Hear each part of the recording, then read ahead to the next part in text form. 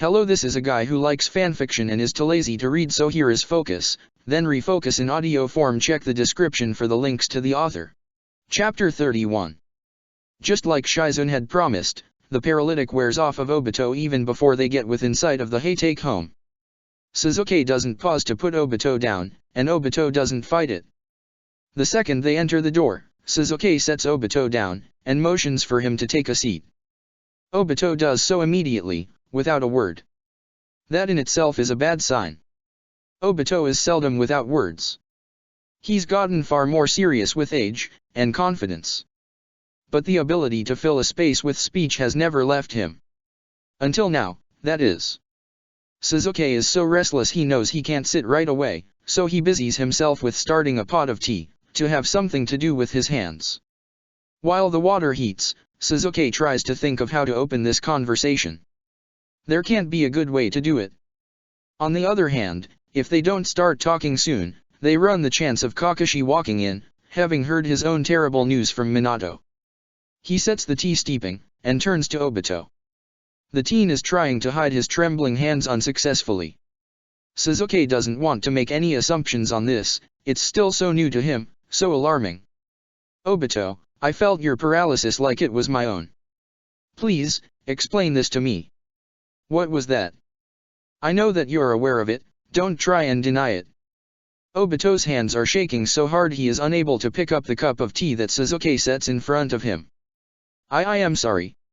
Suzuki sees Obito descending into panic, and, on a whim, he grabs one of Obito's shaking hands.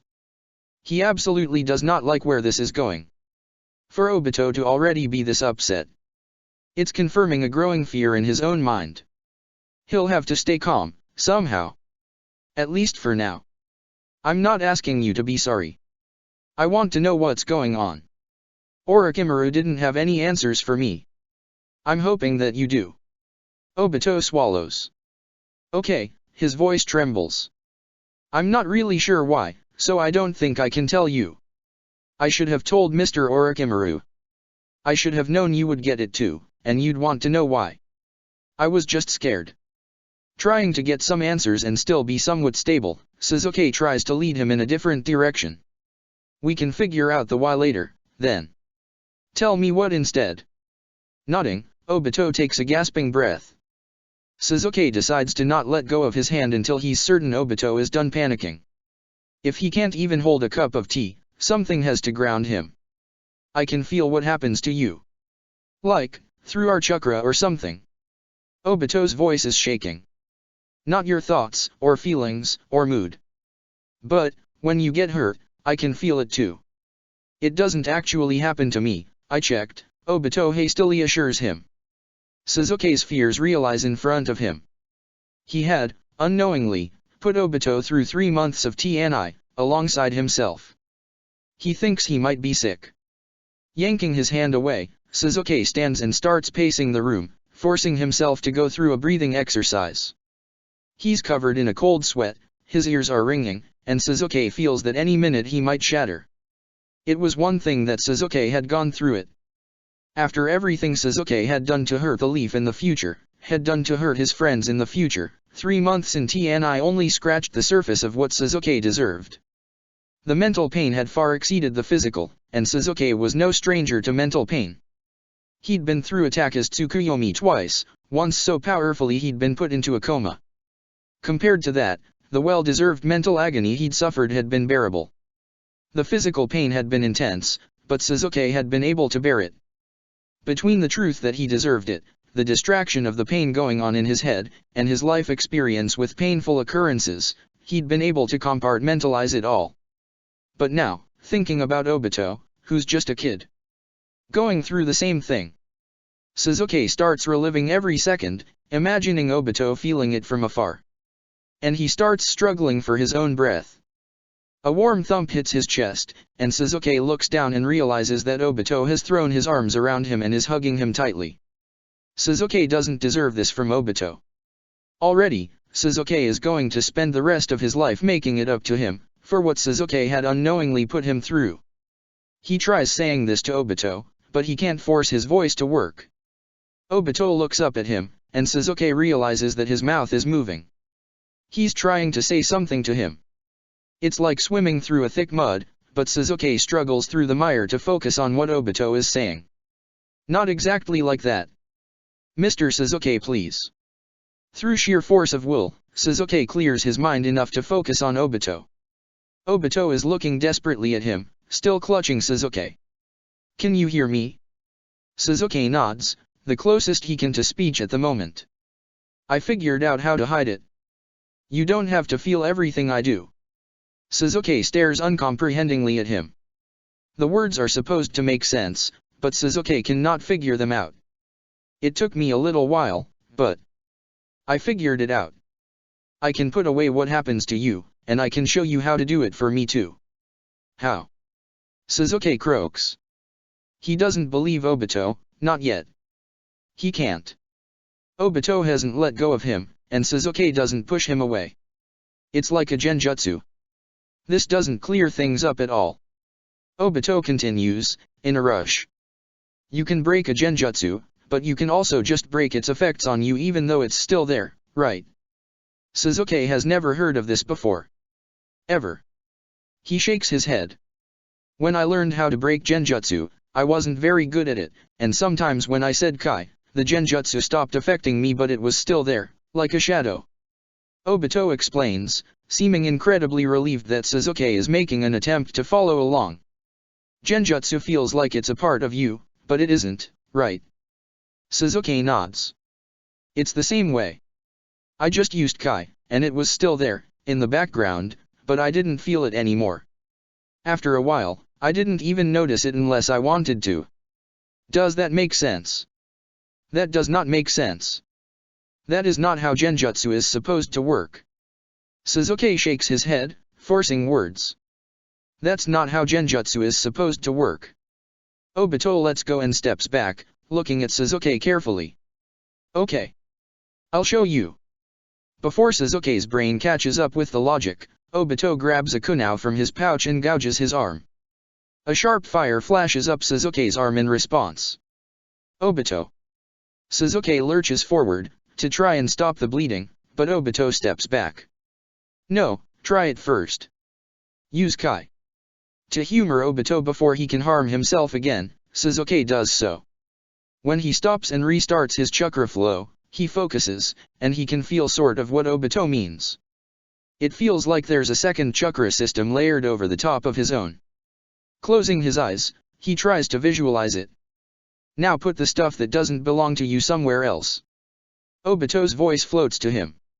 I imagined you standing next to me and put it there.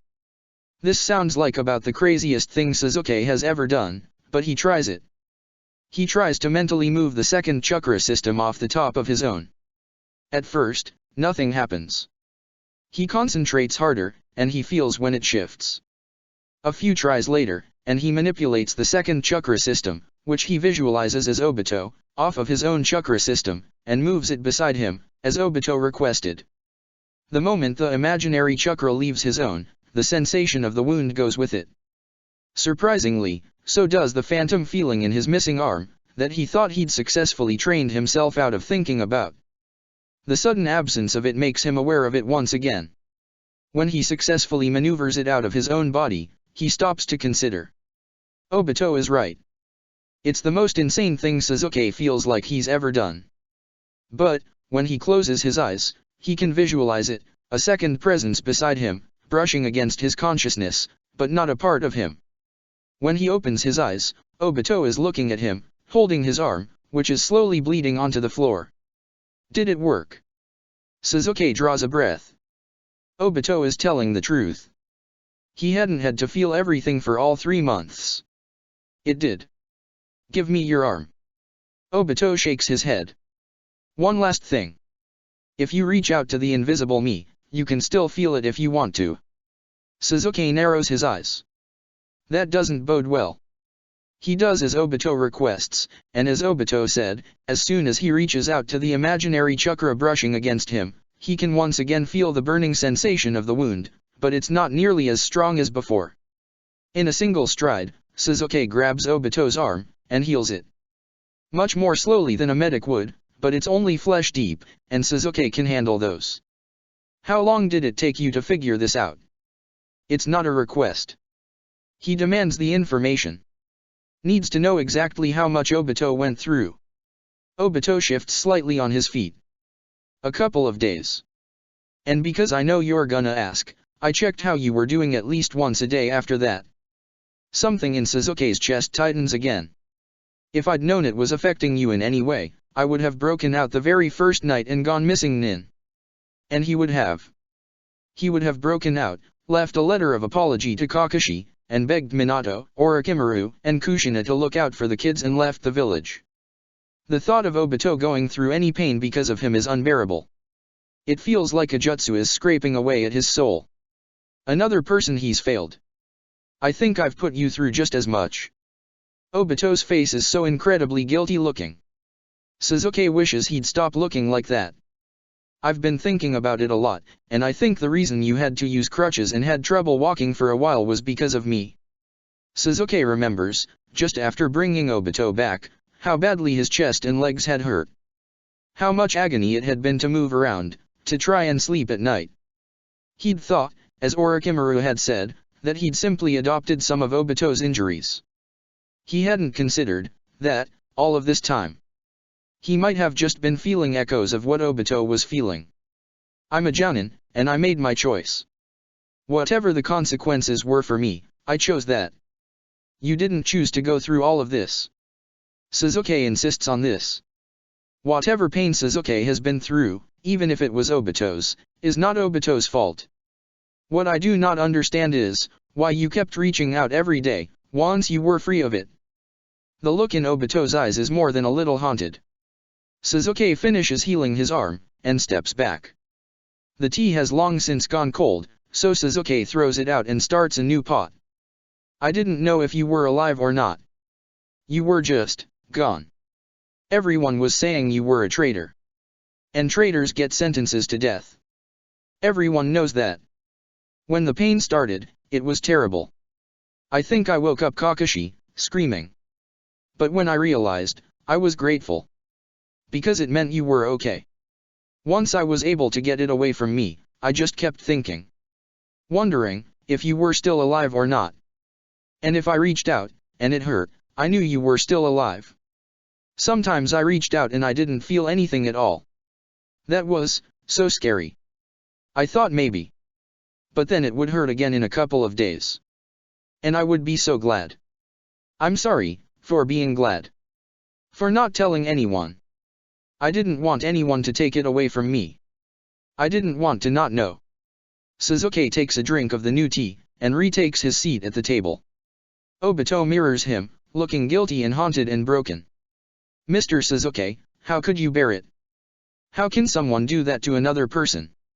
Shrugging slightly, Sasuke tries to clear his head from all of his own guilt. It doesn't work, but he does try. He's at least in control of himself again. That will have to do.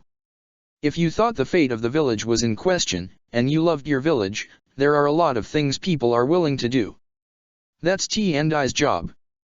To protect the village, by doing what other people can't. Obito makes a slightly disgusted face. I can't believe you're okay with it. Somehow, it doesn't seem like a good idea to tell Obito that Sasuke had deserved it. I survived it because I knew I was protecting my precious people. It also helped to know I could leave at any time if I had to. Obito takes a drink of tea, and Sasuke is slightly relieved to see he's able to hold the cup without trembling this time. Do you have nightmares about it? Yes.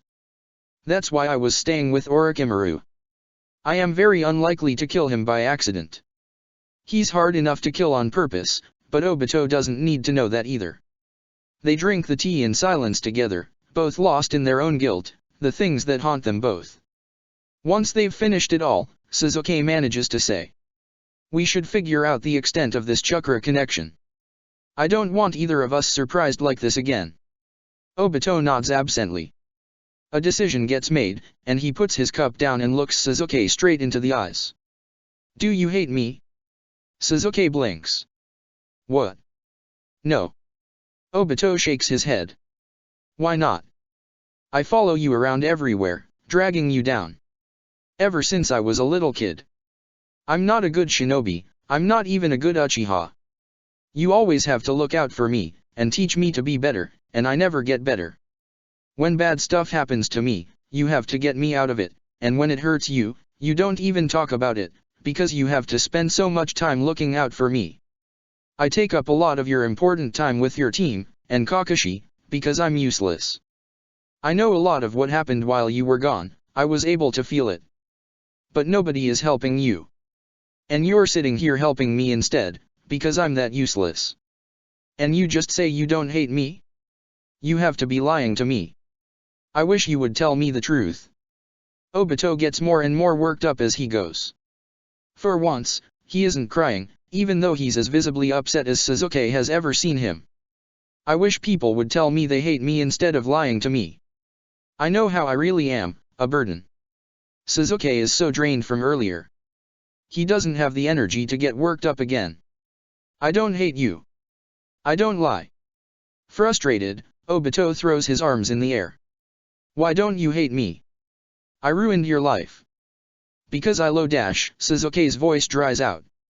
He'd almost spoken without thinking. He clears his throat. You didn't ruin my life. You saved it. The air rushes out of Obito as if he's been punched. Liar. He says weakly. Shaking his head, Sasuke attempts an explanation. I was out of the village for a long time, for a mission. His cover story. When I got back to the village, I didn't know anyone anymore, and my family was dead before I even left on the mission. I took on Kakashi as a ward, because I didn't want him to be alone like I was. But he hated me at first. Sasuke half smiles remembering it. He was such an angry kid. He tried to kill me while I slept every single night for a while. Did you know that? No. Well, he did. I didn't have anyone, so I wandered the village. And that's when I ran into you the first time. And then I ran into you again. Sasuke remembers watching a young Obito throw weapon after weapon, missing the target hopelessly. And every time, you were happy to see me. I started helping you train quite a bit. I'm sure you remember. A nod. And eventually, I wasn't so lonely anymore. After a while, Kakashi stopped trying to kill me. I met Minato and Orochimaru. But before all of that, the only person I had in this village was you. It's hard to say. Even harder than admitting when he'd made a mistake, or asking for help from Naruto.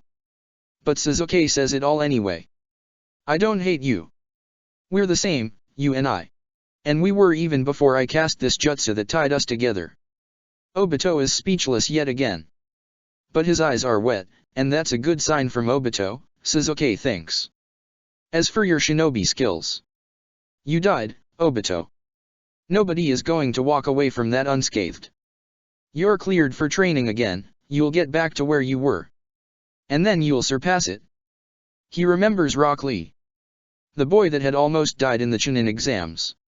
He had been so grievously injured that he'd been told he could never be a shinobi again. Yet, in the war, he'd fought alongside all the other Konoha shinobi as an equal. And Rock Lee hadn't had the benefit of being able to use chakra. If that boy could do it, then Obito could too. Sasuke was absolutely certain. Silence remains, and Sasuke doesn't mind it. It's a more peaceful one. He cleans up the tea set, washing and drying it out. More than likely, he'll pull it out again when Kakashi shows up. Before coming to the past, Sasuke had no idea emotions and conversations could be so exhausting. Now, all he wants to do is sleep before Kakashi arrives, and he's working through the likelihood of managing it or not. His brain is still traitorously recounting every blow he'd been dealt in TNI, wondering if Obito had felt it too. So lost in thought is he that he almost misses when Obito, who is still sitting, unmoved, speaks quietly. No one cared about me until you did, either. In lieu of an audible answer, Sasuke ruffles Obito's hair. Someone knocks on the door, and Sasuke's dreams of sleeping or working through whatever is going through his head evaporate. Sighing, he heads to the door and opens it, not bothering to put on even the facade of a welcoming face. Standing in the doorway is Minato. He looks stressed. Well, Sasuke is stressed too. He wonders if Minato would be opposed to sake instead of tea. Things went badly. Suzuki sighs. More stress in the day. Just what he needs. He wonders if Orochimaru would put him in a coma. Tsunade would, if he pissed her off enough. Remembering how broken she'd looked sitting at Orochimaru's table, he gives that up as a lost cause for the day. I assumed, since you're here instead of Kakashi. If this is a long story, do you want some sake? Minato finally seems to notice that Suzuki isn't doing all that well himself, and blinks stupidly for a moment. Suzuki feels a rush of fondness for the blonde. Stupid definitely runs in their family. I'll say it quickly. I finished telling Kakashi, and I followed him when he left the office. I got derailed in the market by someone who just wanted to tell me about anyway. When I looked up again, Kakashi was gone. I asked one of my guard where he'd gone, and they said he'd gotten some news from a Chunin and dash. This is not quickly by any definition, but Minato is still standing stubbornly in the doorway, so Suzuki nods along. So I caught up to the Chunin and asked him what he'd delivered to Kakashi, and did you know he's apparently Guy's next of kin? This doesn't sound like it's going anywhere good. Suzuki decides to interrupt. Missing in action or Kia? Minato stops midword and blinks. Missing in action. I think Kakashi went tearing after his last known location. I would have gone after him, but I still have 8 meetings left today and dash. Suzuki interrupts again, already gearing himself up for a midnight run to some Kami-forsaken landscape. So what did you do? Oh, I sent Rin and Genma after him, of course. Minato answers as if he was just about to say that, even though Suzuki knows he wasn't. Rin and Genma are a good choice. Genma is young, but he's a strong jounin, strong enough to be in Minato's personal guard, and a former teammate of Guy's.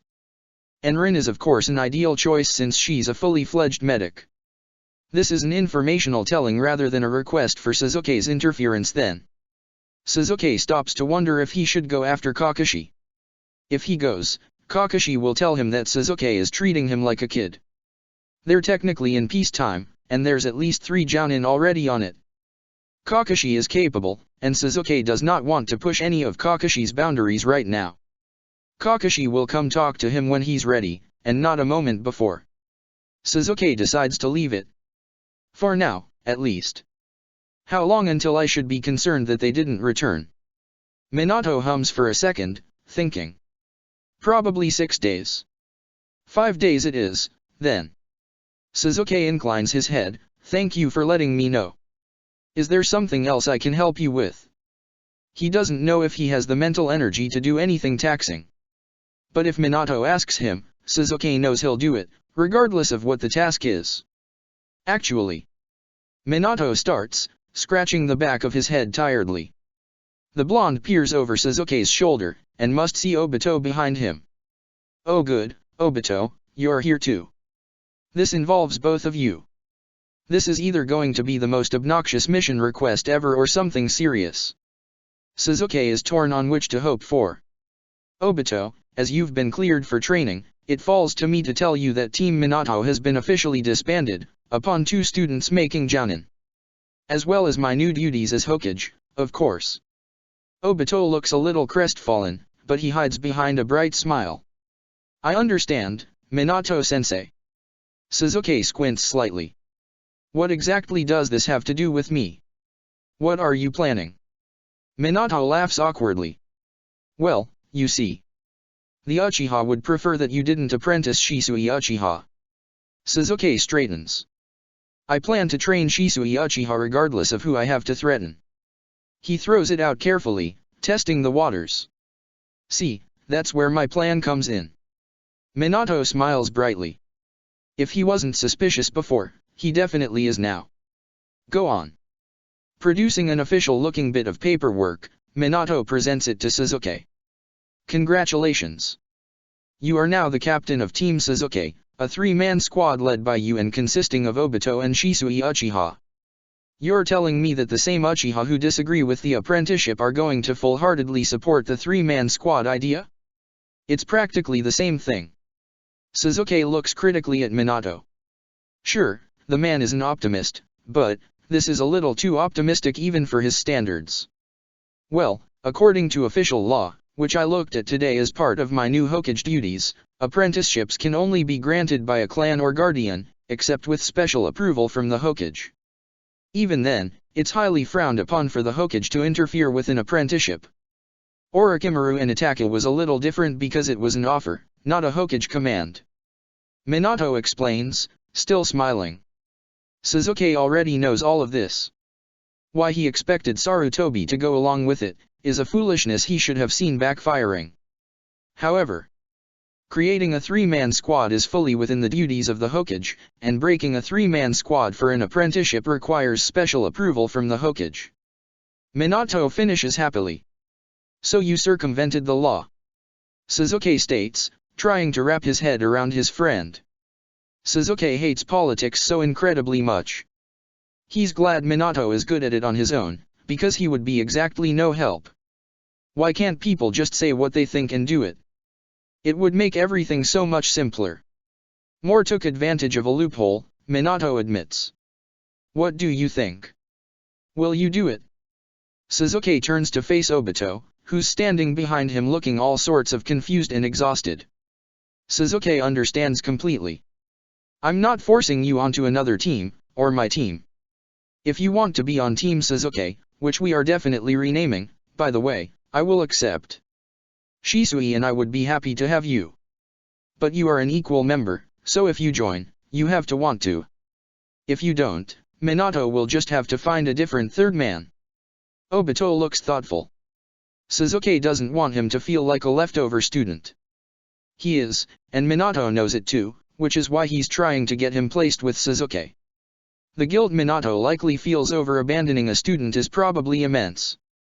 There's nothing to be done about it, however. A Hokage does not have time to train a student. Not for a while, anyway. Minato is trying to do the best he can for all of his students, and Sasuke respects that. He isn't going to take away Obito's choice, however. Can we call it Team Obito? Obito says with a mischievous grin on his face. No, he and Minato both say at the same time. What about Team Awesome? The teen throws it out there, and Sasuke knows what he means is, yes, I want to join. Not a chance. If you're not careful, Minato is going to end up naming it and it's going to be something like, Ultra 3-Man Squad, Ninjutsu Specialists, Fire Style, and then we'll all regret it. Sasuke decides to poke fun at Minato, glancing at the blonde to see his reaction. The new Hokage gasps, just as Sasuke intended. I do not name things like that. His eyes twinkle with mirth, so Sasuke knows he isn't really offended. Obito laughs. And it's a genuine laugh. You kinda do, sensei. A 3-man squad. It's not what he'd imagined, but it's not bad either. He'll be able to keep a close eye on Obito, and they can start working out whatever this connection of theirs extends to exactly, and he'll train both Obito and Shisui, as planned. Yes, this might actually work out alright. Chapter 32. Sasuke gathers his new squad for the first time. Shisui, as anticipated, was delighted to be on a squad with his Aniki, and Obito had promised to give Shisui a rival as well as brother. They'd both taken to the change remarkably well, and Sasuke had been relieved that things were working, at least for now. They have just barely started warming up, when a small chakra signature makes its way quietly onto the field. Sasuke would know that chakra signature anywhere. His heart leaping into his throat, he turns around to see his very tiny, older brother. Excuse me, I'm looking for Sasuke-sama. Itachi is politely standing at the edge of the field. The sight of Itachi's young, innocent face looking at him strangles something inside of him, but Sasuke fights it down and walks over to the newcomer. I am he. You can call me Mr. Sasuke, if you like. Itachi nods, all stiff and polite, just as Sasuke remembers him being. Of course. As you wish, Mr. Sasuke. I apologize for interrupting. I was sent by Orochimaru-sensei.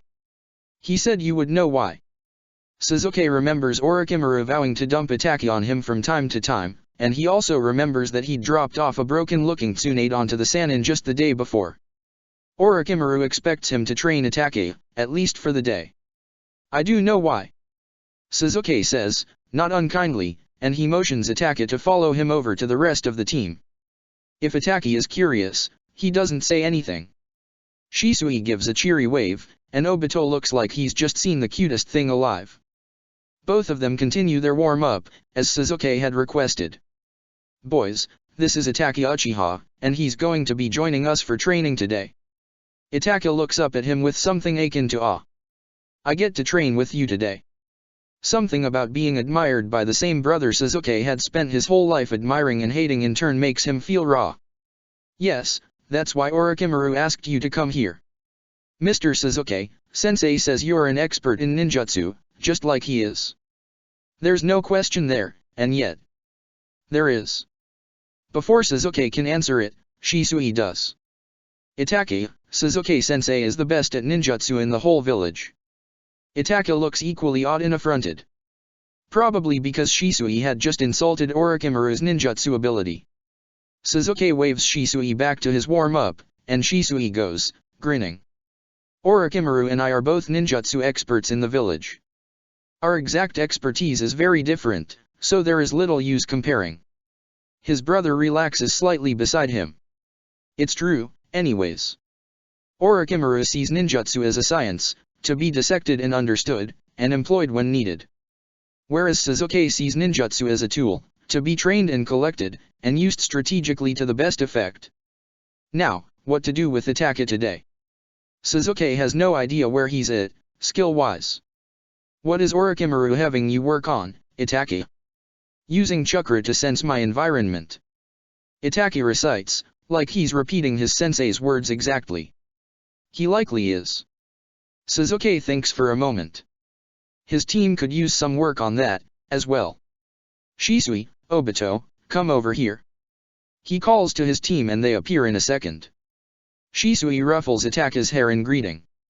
Delighted by the display, Obito immediately puts Shisui in a headlock and vigorously ruffles his hair. Itachi looks to Sasuke for help, or the hope that Sasuke will stop all of the affection, perhaps.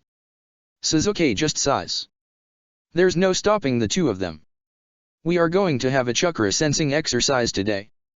Obito immediately groans. I hate chakra sensing exercises. Minato-sensei always made us sit and figure out where he was and it was so boring. Shisui grins at him. That's probably because you were bad at it, Aniki. With a gasp, Obito makes a grab for Shisui again. You take that back. But Shisui slips under his grasp and sticks his tongue out at the older boy. Nope. Boys. Sasuke says as sternly as he can. It makes only the smallest dent in their behavior, but they at least stop to listen, sort of. Itachi looks shocked, probably overwhelmed by the level of disrespect Sasuke's teammates are showing him. He's probably waiting to see if Sasuke is going to punish them. Itachi doesn't know that there's no point even trying. Alright, Obito, since it's so boring, you can go first. Please blindfold yourself. Shisui, Itachi, please pull out your shuriken. All three of their eyes widen. Shisui's in absolute delight, Obito's in shock, and Itachi looks. Well, Itachi looks terrified. You're going to let them throw shuriken at me while I'm blindfolded. That's so cool. Obito gapes. That's the general idea, yes. Sasuke hides a smile. Shisui grins wickedly. Prepare to be a pincushion. A small tug on Sasuke's sleeve, and he looks down at Itachi, who looks like he might be sick. Sasuke kneels, so as to get to his level. Mr. Sasuke? I don't want to hurt Obito. He's so small, and so earnest. He also looks like contradicting Sasuke is physically paining him. Don't worry about it, Itachi. I'm super cool, you'll never hit me. Obito proclaims loudly. Ignoring him, Sasuke looks Itachi in the eyes. He'd never seen Itachi afraid to hurt someone before. That's not to say that Itachi had been violent. Sasuke had always seen his brother being mild-mannered, up until that fateful night. But he'd never imagined that Itachi would be afraid to hurt someone. He hopes it's a result of his youth, and not his underlying personality. Because, if it is, well, Sasuke doesn't want to think about that at all. You aren't going to hurt Obito. I'm going to put some light armor on him, so even if you did hit him, it wouldn't hurt him. He's going to be a small distance away, so he has more time to sense, and it won't be at point-blank range. Itaka takes a deep breath, trying to steady himself. Okay, that makes sense. Sasuke isn't sure if Itaka wants contact, but he's desperately fighting the urge to put his hand on Itaka's shoulder. He fights it off. The point of training is to make yourself better, right? Itaka nods. By doing this, we're all going to learn how to sense objects with chakra more accurately. Sasuke explains it carefully. And we're practicing somewhere safe. On a mission, an enemy isn't going to wait, they're just going to attack. You're going to be helping Obito and Shisui, so that the next time they go on a mission, they'll dodge better. Sasuke can see Itaka starting to calm down. Shisui bounds over and throws an arm around Itaka's shoulder. Itaka grimaces under it, but bears it. Yeah, don't worry, Tachi. I love Obito a lot. I wouldn't actually try and hurt him. We're just getting stronger. And Sasuke-sensei will make sure no one gets hurt. He's super fast. After that, Itaka needs no more convincing. Sasuke reminds all three what chakra sensing actually entails. Then he straps light armor onto Obito, blindfolds him, and sends him towards the other side of the field. Shisui and Itaka line up, and Sasuke stands near the middle, ready to interfere. Shisui has tried to shunshin into far too many trees for Sasuke to trust that Obito won't do the same the second he's blindfolded. Sasuke calls for the start, and they begin. Both Itaka and Shisui start off very hesitantly, testing the waters to see if Obito can really chakra sense their incoming projectiles.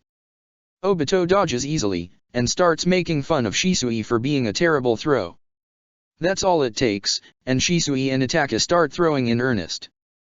To his credit, Obito does not run into any trees, though Sasuke keeps his eye on it.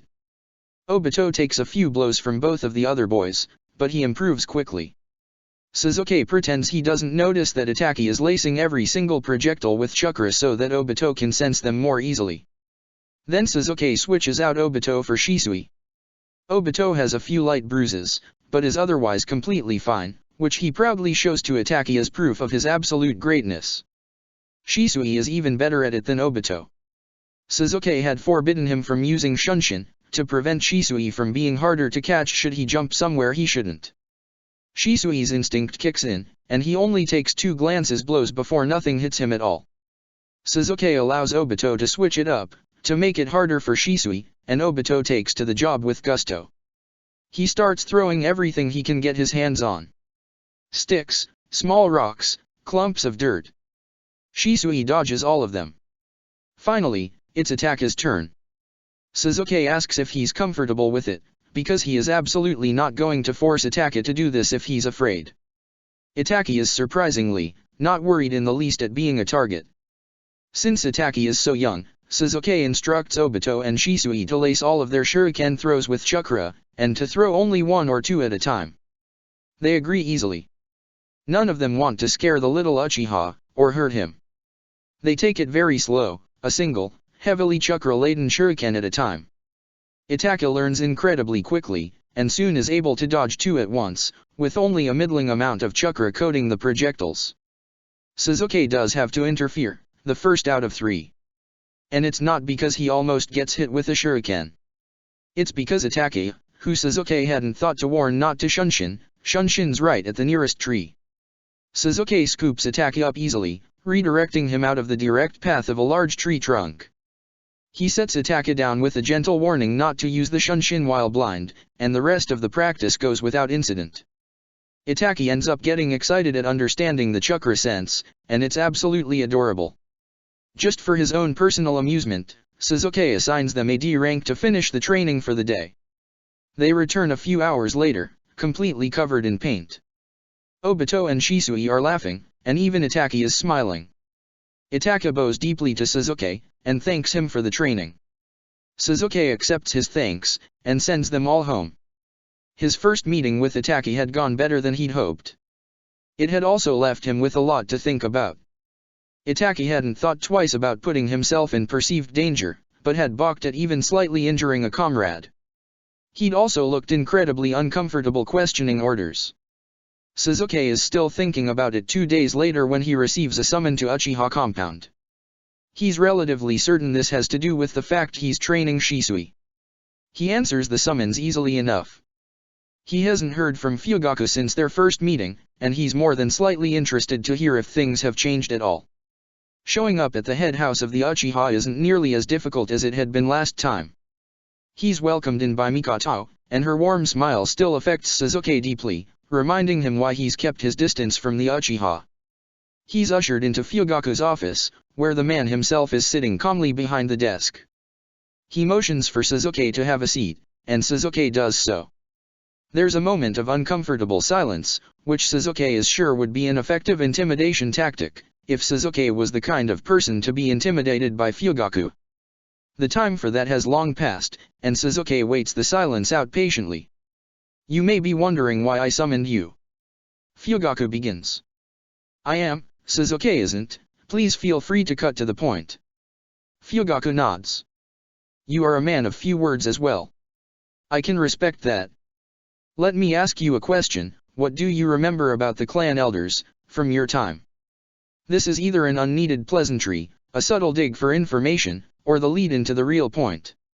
Sasuke decides to treat it as a request for information. You used to hate them. Or, are going to, I suppose.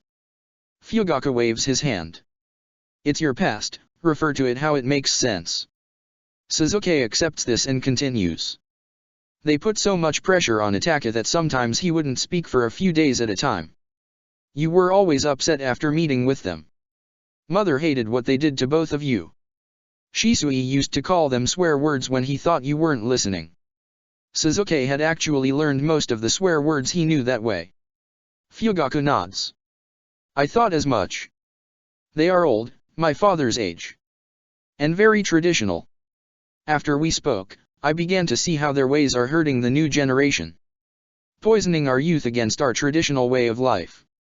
Even if we avoid the fate you saw for us, I fear that the influence of the elders is going to drive away our children, and by the time my generation is gone, there will not be anything of our way of life left. Some of that, I'm certain will be a benefit.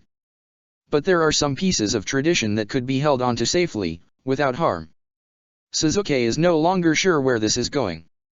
Fugaku continues. I am attempting to allow for change, but it has been extremely difficult, and I have been fought at every turn. Which leads me to why I summoned you today. Patiently, Sasuke waits for the man to continue. He's never heard his father admit anything of this sort before. And it's comforting, in a way. To know that his father, or at least this version of him, truly cared for Itake, and the next generation. Minato Namikaze has taken office, and while I foresee this becoming a good thing for the Uchiha, it also brings something difficult. Change. In the conversations I have had with our new Hokage, I've found he has a lot of changes to implement. Mainly, he plans to work with the Uchiha to open the police force to other clans. I've taken some time, and thought it through. I do think this and other plans will be a benefit to the Uchiha. Especially since I have been assured that in return, more Uchiha will take high ranks in the village. However, I face the issue of the elders. I fear it isn't going to go well. And that's where you come in. Does Fugaku want him to assassinate some of the elders? Perhaps he's hoping that Sasuke will have some inside knowledge Fugaku can use to leverage against the old men. If that's the case, Sasuke isn't sure he will be all that much help. They all died when he was far too young. Sasuke knew next to nothing about the actual inner workings of the Uchiha at the time of their destruction, save what he's heard from others. I have a favor to ask of you, Sasuke. I would like to claim you as an Uchiha. Sasuke's entire brain grinds to a halt. I'm not sure I understand. I'm sure you've noticed, you're a village hero. The tide turned for a while, but after Minato's exposing of Danzo's heinous deeds, public favor is on your side. And because of who you've tried to protect, you are also something of a hero within the Uchiha as well. You've helped cast our clan in a more positive light in the village, and that has not gone unnoticed by the elders. I would like to reveal you as an Uchiha, to show the elders the benefit of having Uchiha in the top ranks, as well as shift the public opinion of the clan even more positively. Fugaku lays his appeal out calmly, making it seem like the obvious choice of action. Sasuke isn't quite sure he agrees. I would not like to reveal my status publicly. If you do this, there will be questions. Additionally, integrating back into the clan would be difficult for me. Sasuke is not revealing his time-traveling status to the Uchiha elders. And the thought of living in the Uchiha compound is enough to make him feel unsettled. Not revealing the truth behind your origins would be easier than you think. I looked into your records. The third made it look like your records had been sealed and destroyed for classified reasons, and the only person who has official clearance to see them is the Hokage himself. Even your birth record is marked as sealed and destroyed. Passing you off as a classified secret would be easier than you think. And the elders won't push, because they will want to accept you, especially if you reveal your main Jakkyuha. Fugaku's voice is insistent. Sasuke reminds himself of how young his father really is, being the clan head at this age. He takes a breath. And how would this benefit me? It's a fair question.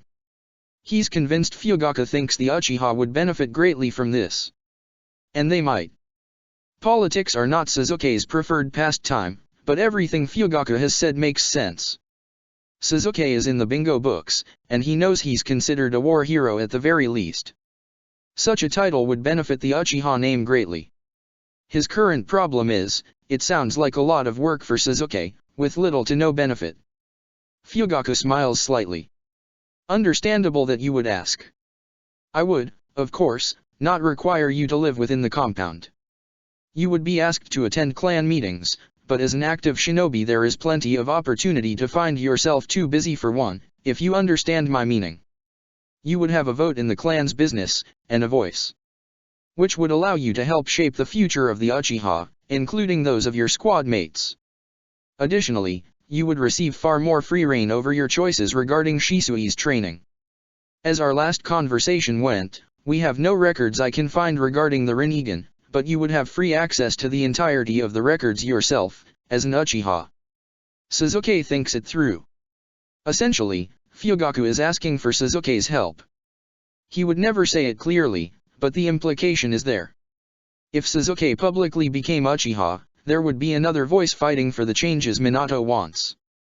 He could protect Itachi and Shisui during meetings, and his status as village hero would likely give his protestations weight. But once it's public, there will be no taking it back. Sasuke will be an Uchiha for the rest of his life, no matter what happens to the clan. The clan would benefit from being associated with Sasuke, but the reverse is also a factor. Sasuke will be judged along with the clan for the rest of his life. Something he'd finally been able to escape, in the past. Is it worth it? Is it worth sacrificing his freedom from the clan, the freedom to become his own person, to help guide the future of the clan, and hope he and Fugaku can make it better for the next generation? As he thinks about it, Sasuke realizes that even though he hasn't been labeled a Uchiha in this life, all of his peers that matter already know. Orochimaru, Minato, Kushina. They know he's Uchiha and haven't treated him differently. When Sasuke had become a genin, he'd told Kakashi-sensei that he planned to restore the Uchiha. He'd thrown that dream away a long time ago. But what if it was still there?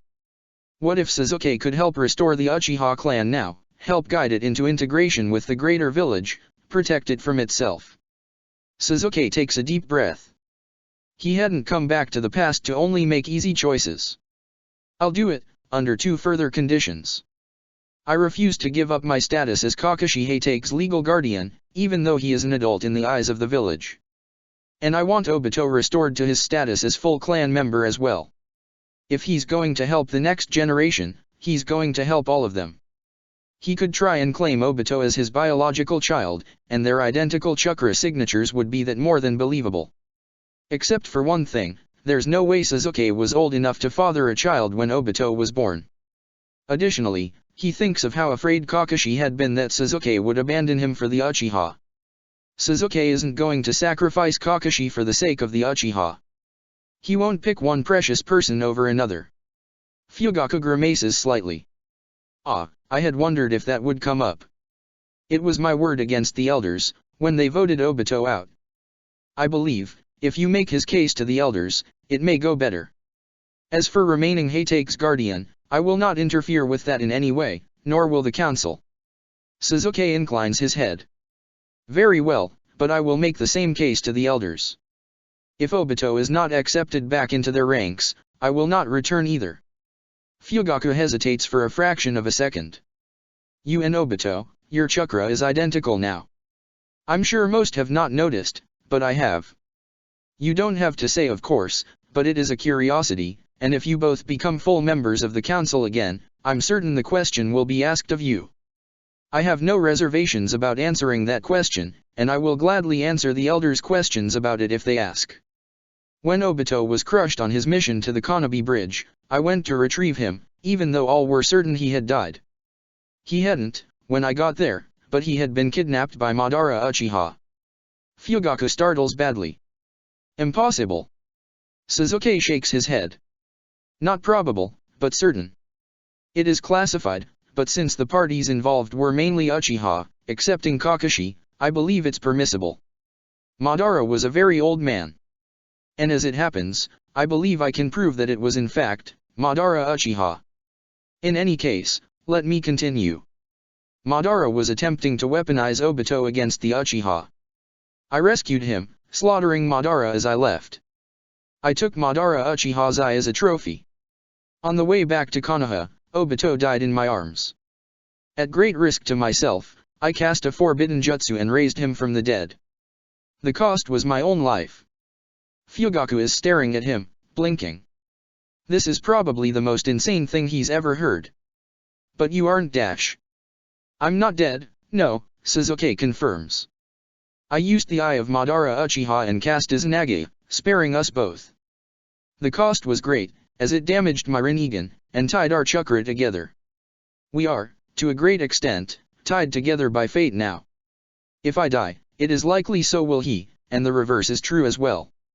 Sasuke does not plan to tell the elders that his Rinnegan is damaged. Partially because Sasuke doesn't know the full extent of it himself. Which is why he'd been hoping for answers in the Uchiha records. I have never heard of anything like this before. Fugaku admits. I don't believe it's ever happened before. Every person I know who has used a similar life-raising jutsu has died in the process. I am the first to live. I doubt I would ever be able to repeat it. Sasuke waits to see if Fugaku has further questions, before Sasuke dismisses himself. To his surprise, Fugaku smiles slightly. You are truly an Uchiha, after all? It's Sasuke's turn to blink.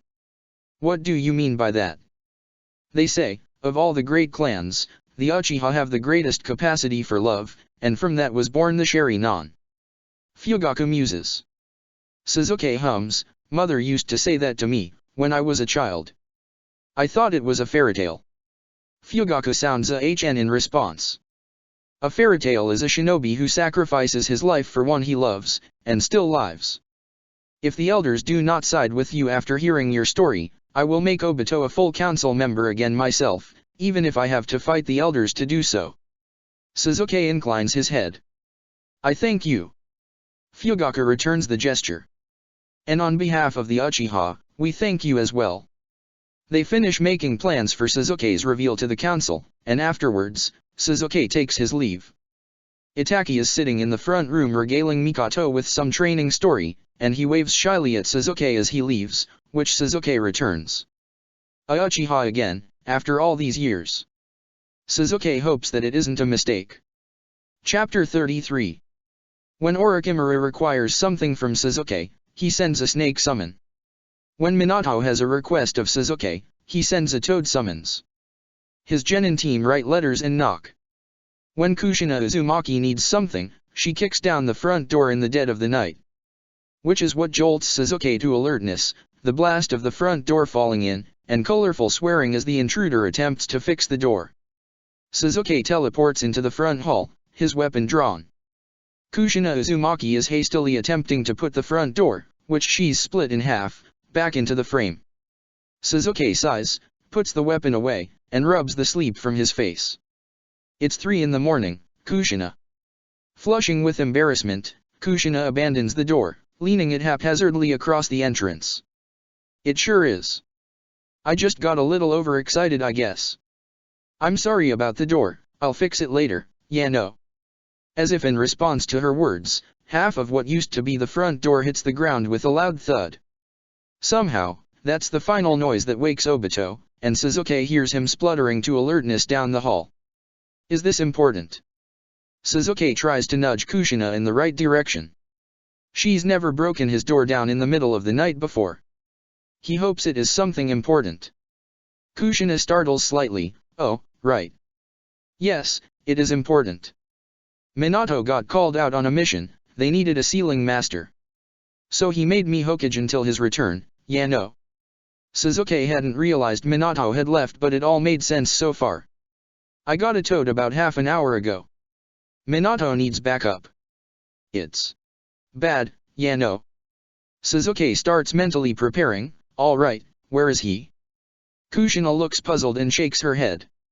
Not from you, Sasuke. From me. The sealing is going badly.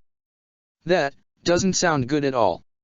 What kind of mission requires the two best sealing masters of a generation? So why are you here?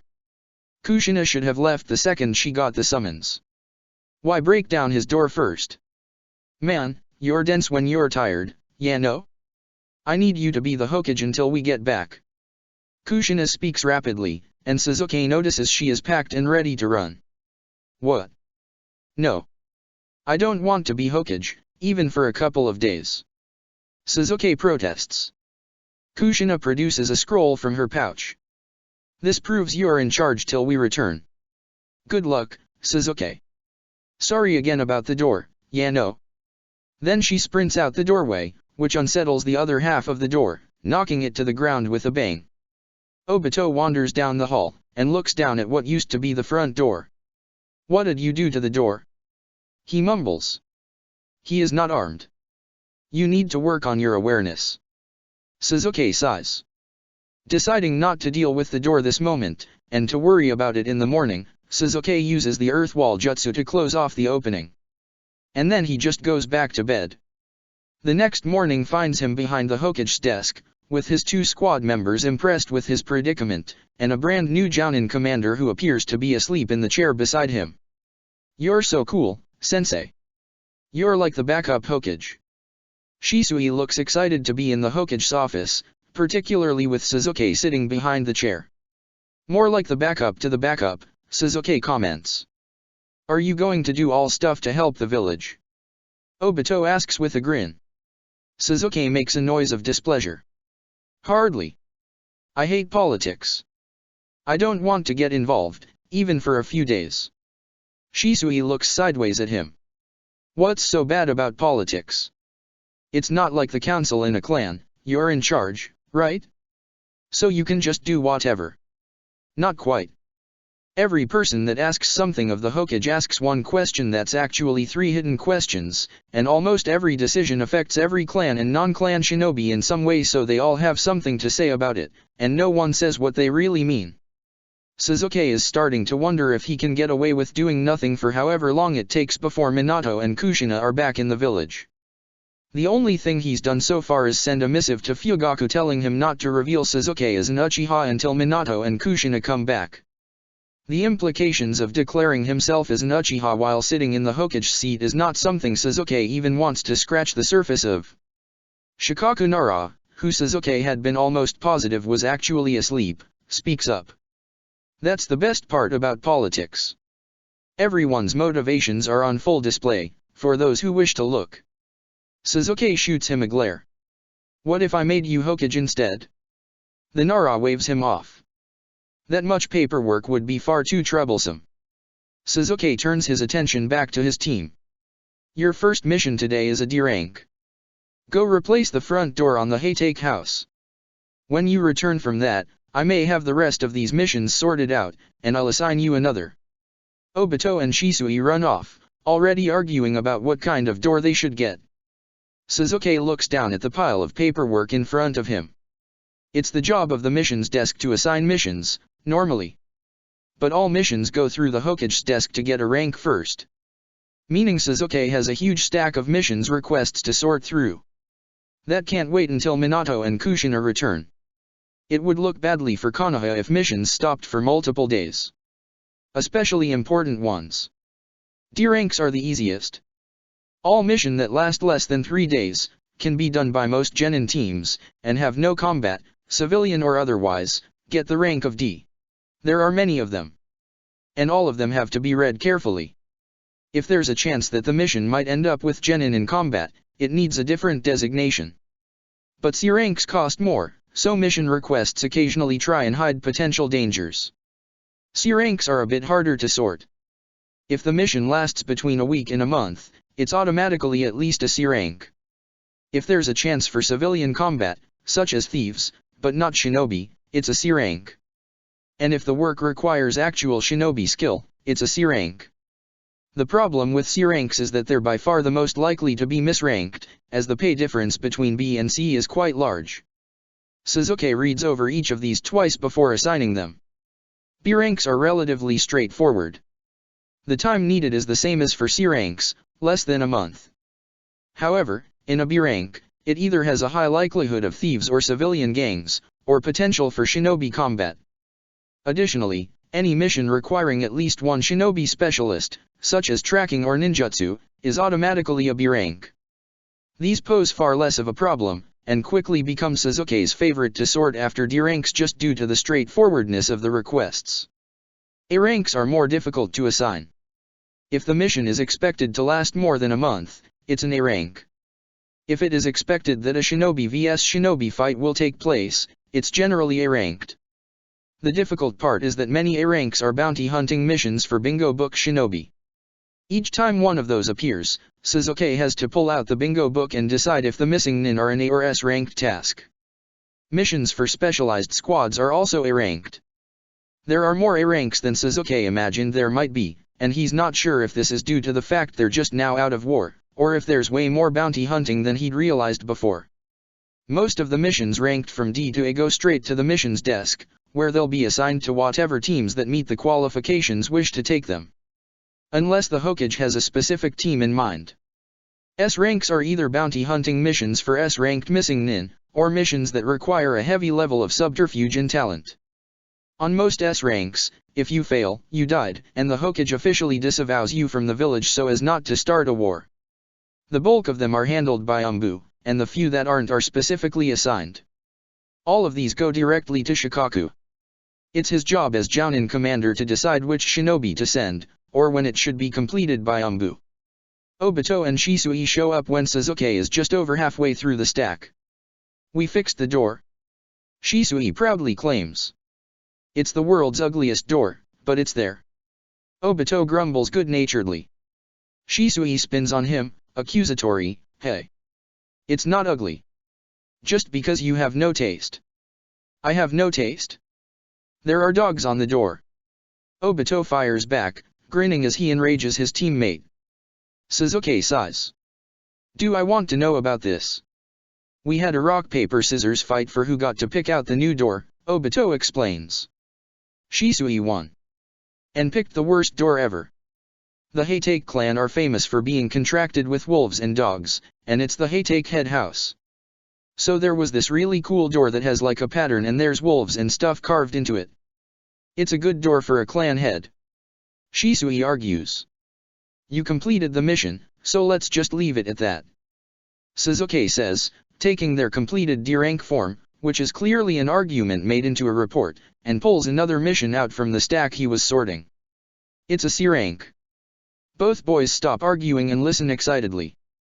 There's a farm just outside the walls of the village, and the owner claims that the small animals eating the crops are using chakra. He's convinced enough he's paying for a C rank instead of a D rank. "What, really?" Obito and Shisui speak at the same time. Shisui sounds excited, Obito incredulous. From the side of the room where he's looking over S ranks, Shikaku raises his eyebrow. Either there are non-chakra-using pests that need to be killed, or they're chakra-using pests that need to be killed and documented as existing, or it could actually be a bandit or low-ranked enemy ninja of some sort. In any case, it needs to be taken care of, and if the worst were to happen, we can't send a genin team. Suzuki speaks patiently. It's highly unlikely to be a bandit or low-ranked enemy. More than likely, it's just squirrels or other small pests. It's close to the village, and safe enough. Suzuki feels confident about sending his two chunin. He'd send them on a real C rank, but with Danzo still on the run somewhere, Suzuki is loath to send them too far out of the village without him. Shisui and Obito accept, and immediately begin a new argument about who will kill more. Suzuki shoos them out of the room. Are they always like that? Shikaku asks conversationally. Yes. It could be worse, there used to be 4 of them. Suzuki informs him, silently cursing himself for the note of fondness that's made its way into his voice. Shikaku shudders. I could never take on genin. They grow on you, Suzuki shrugs. They get back to the paperwork. Throughout the day, as Suzuki rates missions which come in more or less constantly, other paperwork starts piling up on the desk. Requests for laws or special allowances, political letters and correspondences, and a simply enormous amount of things concerning the civilian merchant sector. Suzuki has no idea how a Hokage manages to get anything done with the sheer amount of paperwork that goes on. By the end of the second day, Obito and Shisui have finished their C rank, completely filthy and insisting that the pests they found were all using chakra but that they couldn't prove it. Suzuki had taken their report and sent them home. In only 2 days, the amount of non-mission paperwork that has piled up is honestly excessive. It covers almost half of the desk. After expressing his disdain of it to Shikaku, the Nara gives him a sidelong look and comments, "Why not delegate? We both know you wouldn't do it if I gave it to you."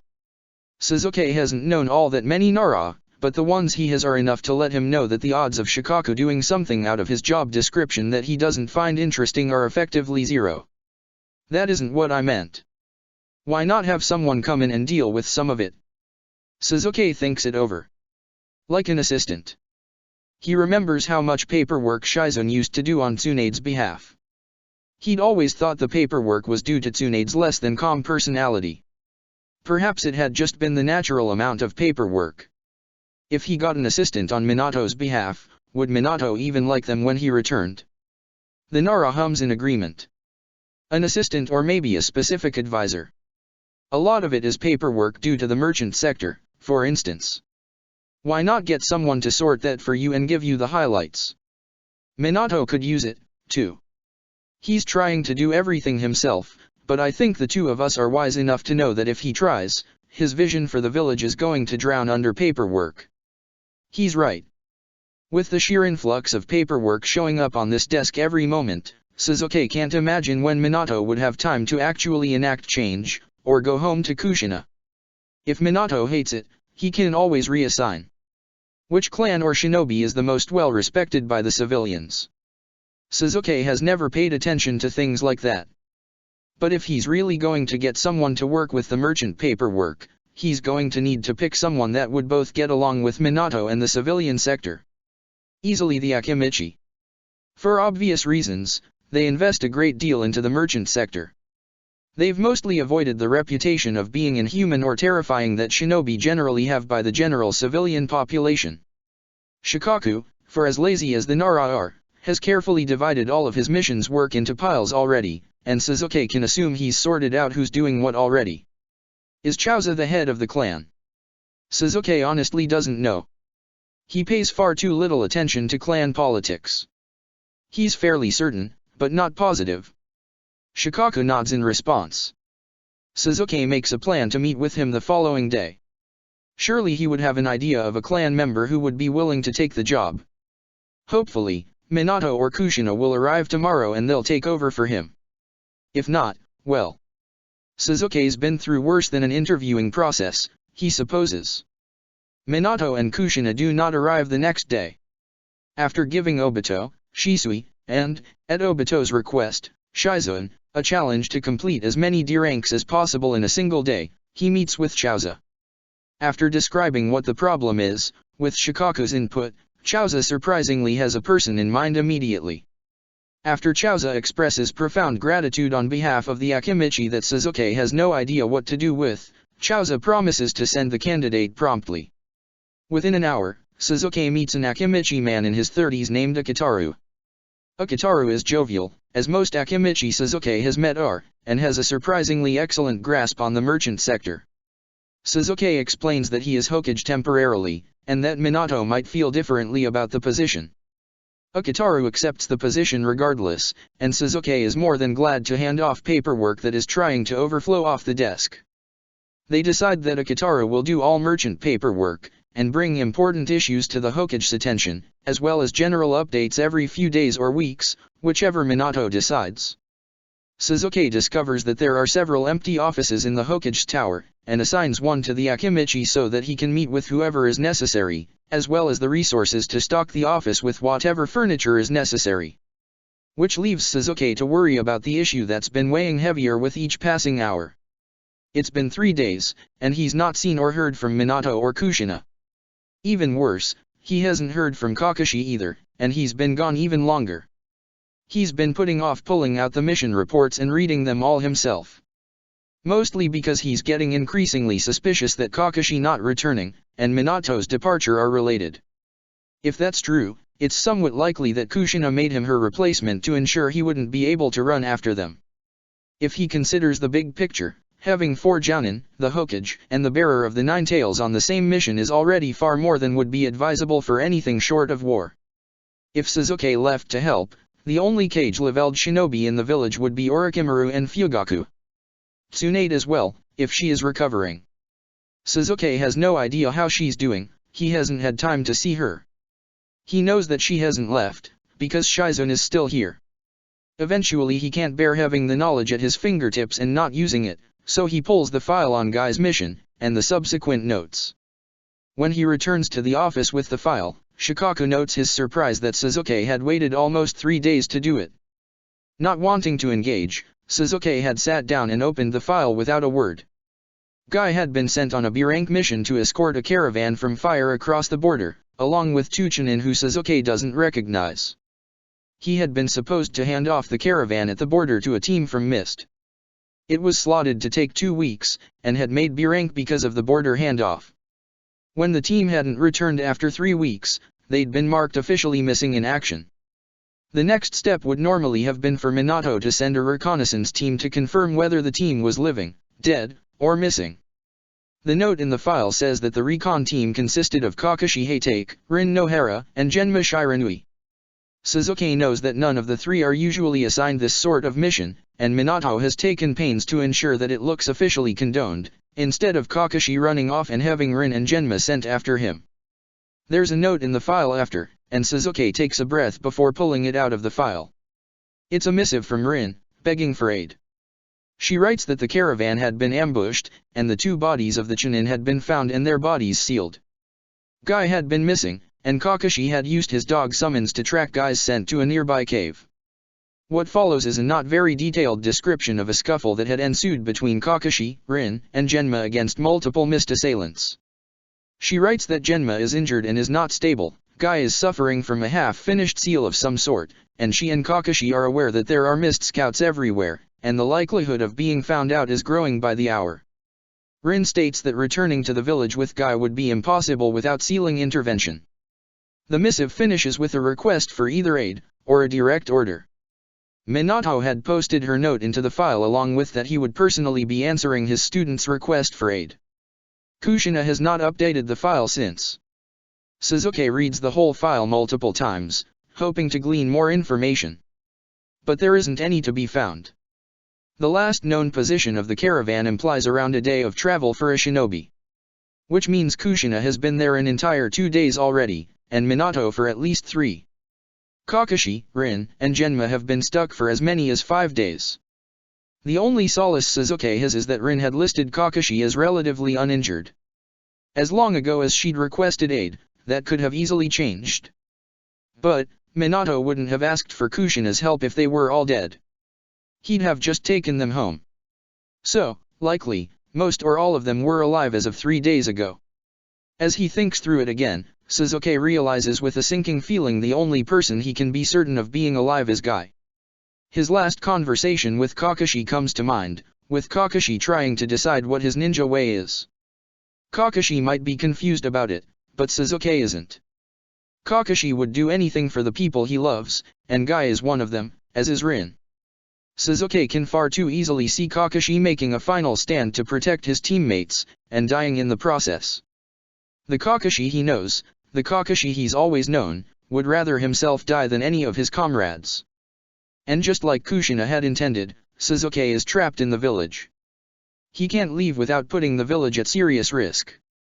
Suzuki can't risk the lives of every precious person in the village, just for the knowledge of whether or not Kakashi lives. If Kakashi died, he died before Minato got there. And there's nothing Suzuki can do about it. If Kakashi is alive, there's not much protection Suzuki could possibly add on top of both Minato and Kushina.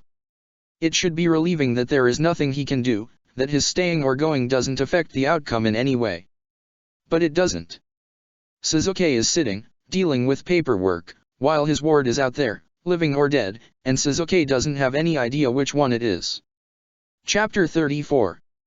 The obnoxious but doable piles of paperwork seem far too large after Suzuki learns the truth of where Kakashi, Minato, and Kushina are.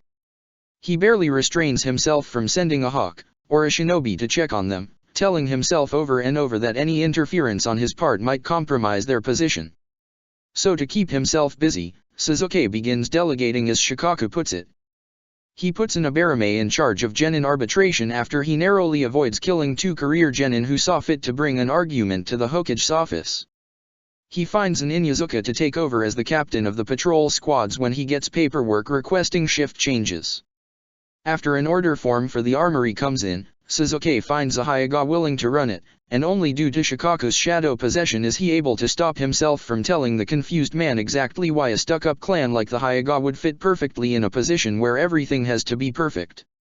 When the head of interrogation announces his retirement and Suzuki has to find another Yamanaka to fill the position, he almost gets up and leaves the village anyway. Suzuki is once again only stopped by Shikaku, who he's beginning to become convinced is psychic. The frustrating Nara always manages to drop a shadow paralysis or possession just when thoughts of abandoning it all and jumping out the window start to encroach on his mind. Suzuki could break it, of course. But the jutsu always reminds him of why he shouldn't go, so each time, he doesn't.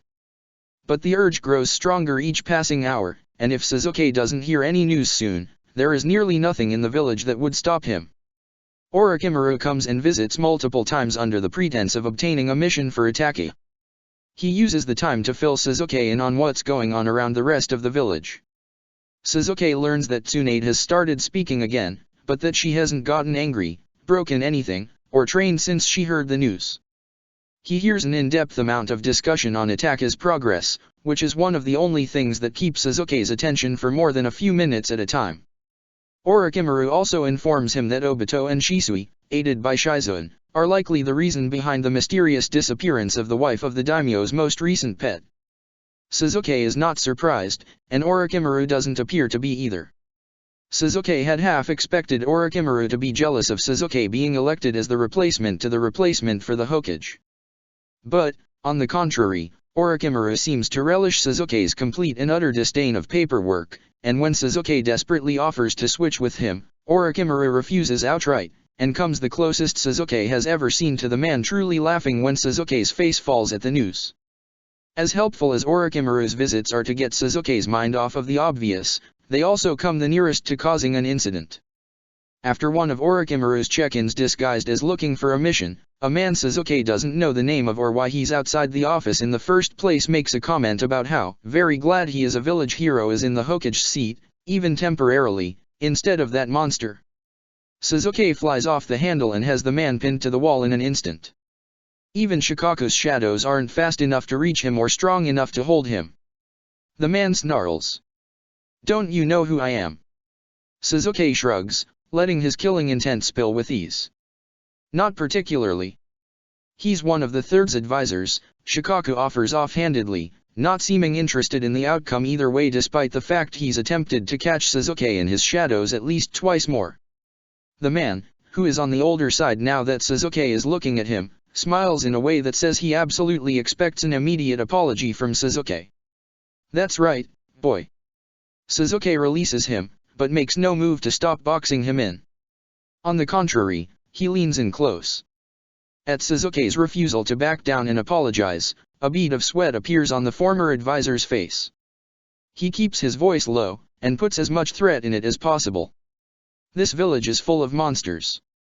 Orochimaru is not among them. I'd be watching your back for the real ones, if I were you. Then, he steps back, and sits behind the desk. The advisor looks flustered, in a way that's quickly turning to rage. Suzuki turns to the Umbu at his side. Please escort this formerly esteemed advisor to anywhere except this office. The Umbu nods, and the still flustered man is quickly escorted out of the room. Shikaku sighs.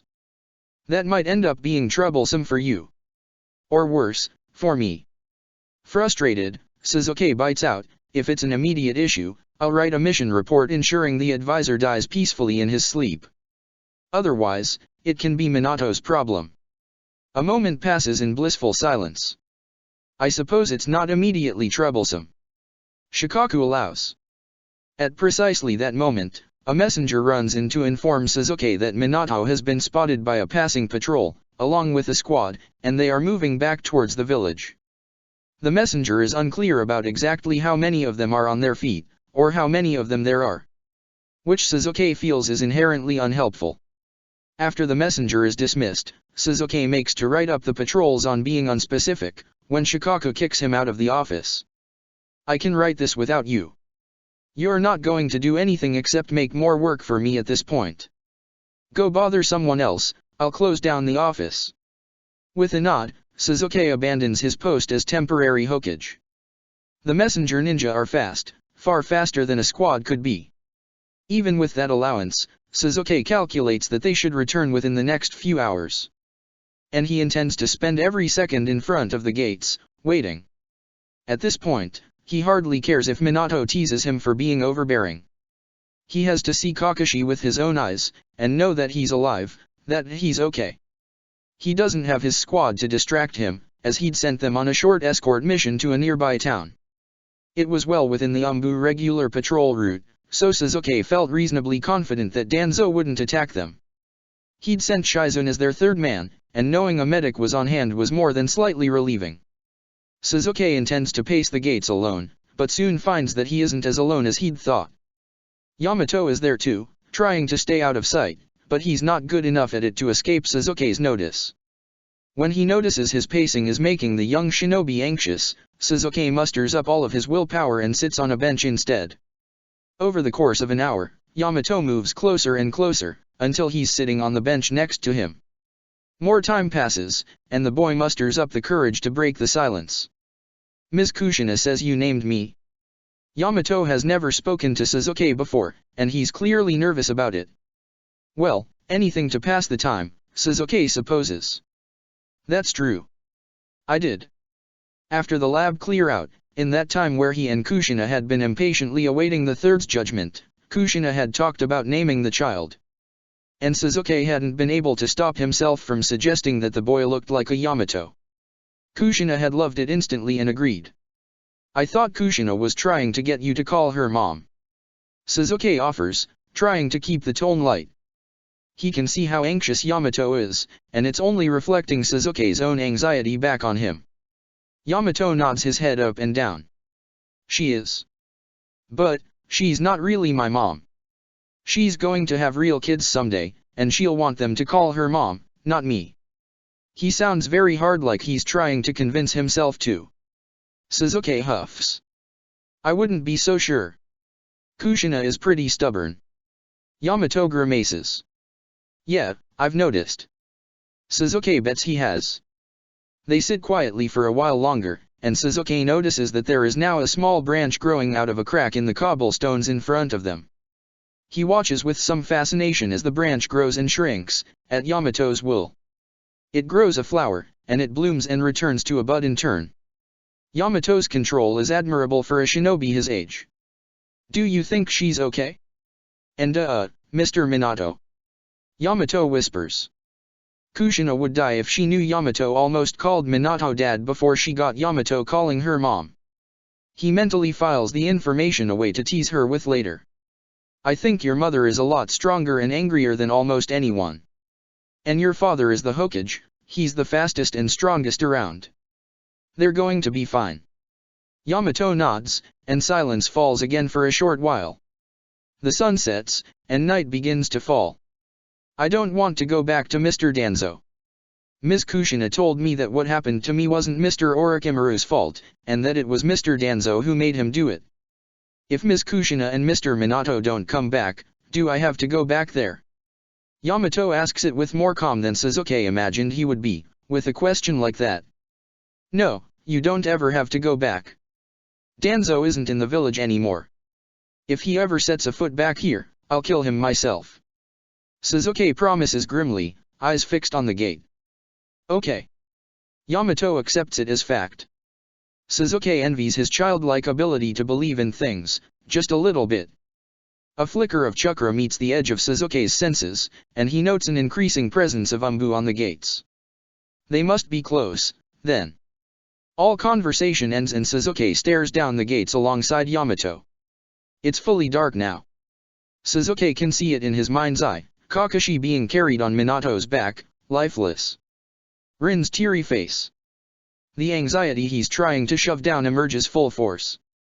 As the Umbu activity starts to pick up, Sasuke finds he isn't strong enough to test which chakra signatures he can feel, and which ones he can't. He needs to see Kakashi with his own eyes, whatever shape he's in. The gates start to open, and Sasuke's heart leaps into his throat. Kushina walks in first, and her eyes meet Yamato's instantly, and the boy flies to her side. Next in walks Guy, arm wrapped around Genma. It's unclear who's supporting who. They both look exhausted, and fairly well injured. Lastly, comes Minato, flanked on either side by Rin and Kakashi. Seeing Kakashi on his feet releases an iron grip on Sasuke's lungs that he'd been ignoring. Sasuke moves as quickly and non-threateningly as he can towards him. Without pausing in stride, Sasuke puts his arm around Kakashi and pulls him into a tight embrace. He needs to feel Kakashi's pulse, to know without a doubt that Kakashi is alive and here. The first thing that strikes him is that Kakashi is so tall now that his unruly hair brushes Sasuke's chin. With Kakashi in his grasp, Sasuke feels like he can breathe for the first time in days. Kakashi wraps his arms back around Sasuke. Minato winks at him over Kakashi's head. Instead of his usual comeback, Sasuke just feels overwhelming gratitude. He's not fully sure what happened yet, but he knows for certain, if Minato hadn't gone, Kakashi would be dead. He tries to put as much of that feeling as he can into the look he gives Minato, and he thinks Minato might understand. Finally, he forces himself to pull away from Kakashi. Something has shifted in the boy's face. His usual dead-set seriousness has an air of conviction now it didn't before. I found my ninja way. Sasuke listens for what he already knows is coming. I'll never abandon my friends, no matter what. Setting a hand on Kakashi's shoulder, he gives Kakashi a nod. Kakashi meets his face with that conviction, so new to his young face, and so familiar to Sasuke. It's the same face he saw his own Kakashi-sensei make every time they went into battle together. Every time Kakashi-sensei had stepped in to protect Sasuke, and later, fight alongside him. It fits on his younger face perfectly. You already knew I would, didn't you? Kakashi asks. Yes, Sasuke confirms it for him. You knew I would have died for Guy, even when I didn't know it, and that's why you're worried about me. Because you would do the same for me. Kakashi says it with a sense of wonder. I'm sorry for making you worry. But you came back, and as long as you keep coming back, I don't mind worrying. That's not exactly true. Sasuke hates worrying. Hated every second of not knowing if Kakashi was alive or dead. But Kakashi wouldn't be Kakashi if he didn't put everything on the line for people he cares about. And Sasuke can't bring himself to take that from him. Not in the least because that's an enormous part of the reason Sasuke is the exact same way. In the end, the only thing that matters is that Kakashi always walks back through those gates, and that Sasuke is always there waiting for him. To Sasuke's great surprise, Kakashi hugs Sasuke again, of his own choice, this time.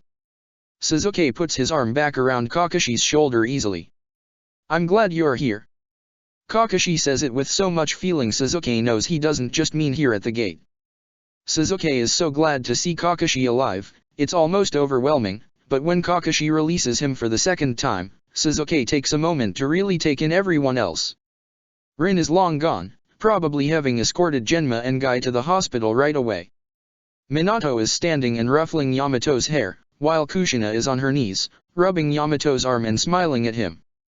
The boy looks overwhelmed with all the affection. He and Kakashi head home.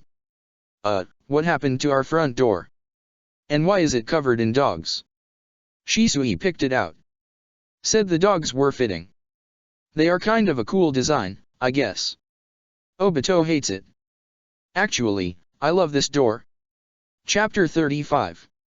Kakashi doesn't say anything else about his mission that evening, and Sasuke doesn't press him. Minato will have to meet with him eventually to have Sasuke fill him in on all the things that happened while he was gone. Sasuke is certain Minato will tell him anything, if asked. In the morning, Sasuke carefully lets Kakashi know of his impending acquisition by the Uchiha. He doesn't want to, especially since things are good between them at the moment. But if he doesn't tell Kakashi now, he'll hear it from someone else. Mainly, Obito and Shisui, who are due back from their escort this afternoon, when Sasuke plans on telling them. So, attempting to be casual, and failing badly, Sasuke throws out.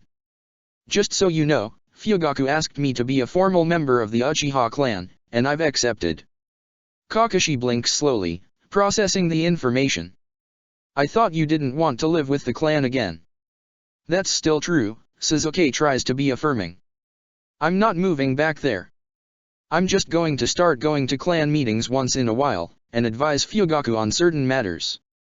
Fugaku-sama doesn't seem like the kind of person to accept advice, Kakashi muses.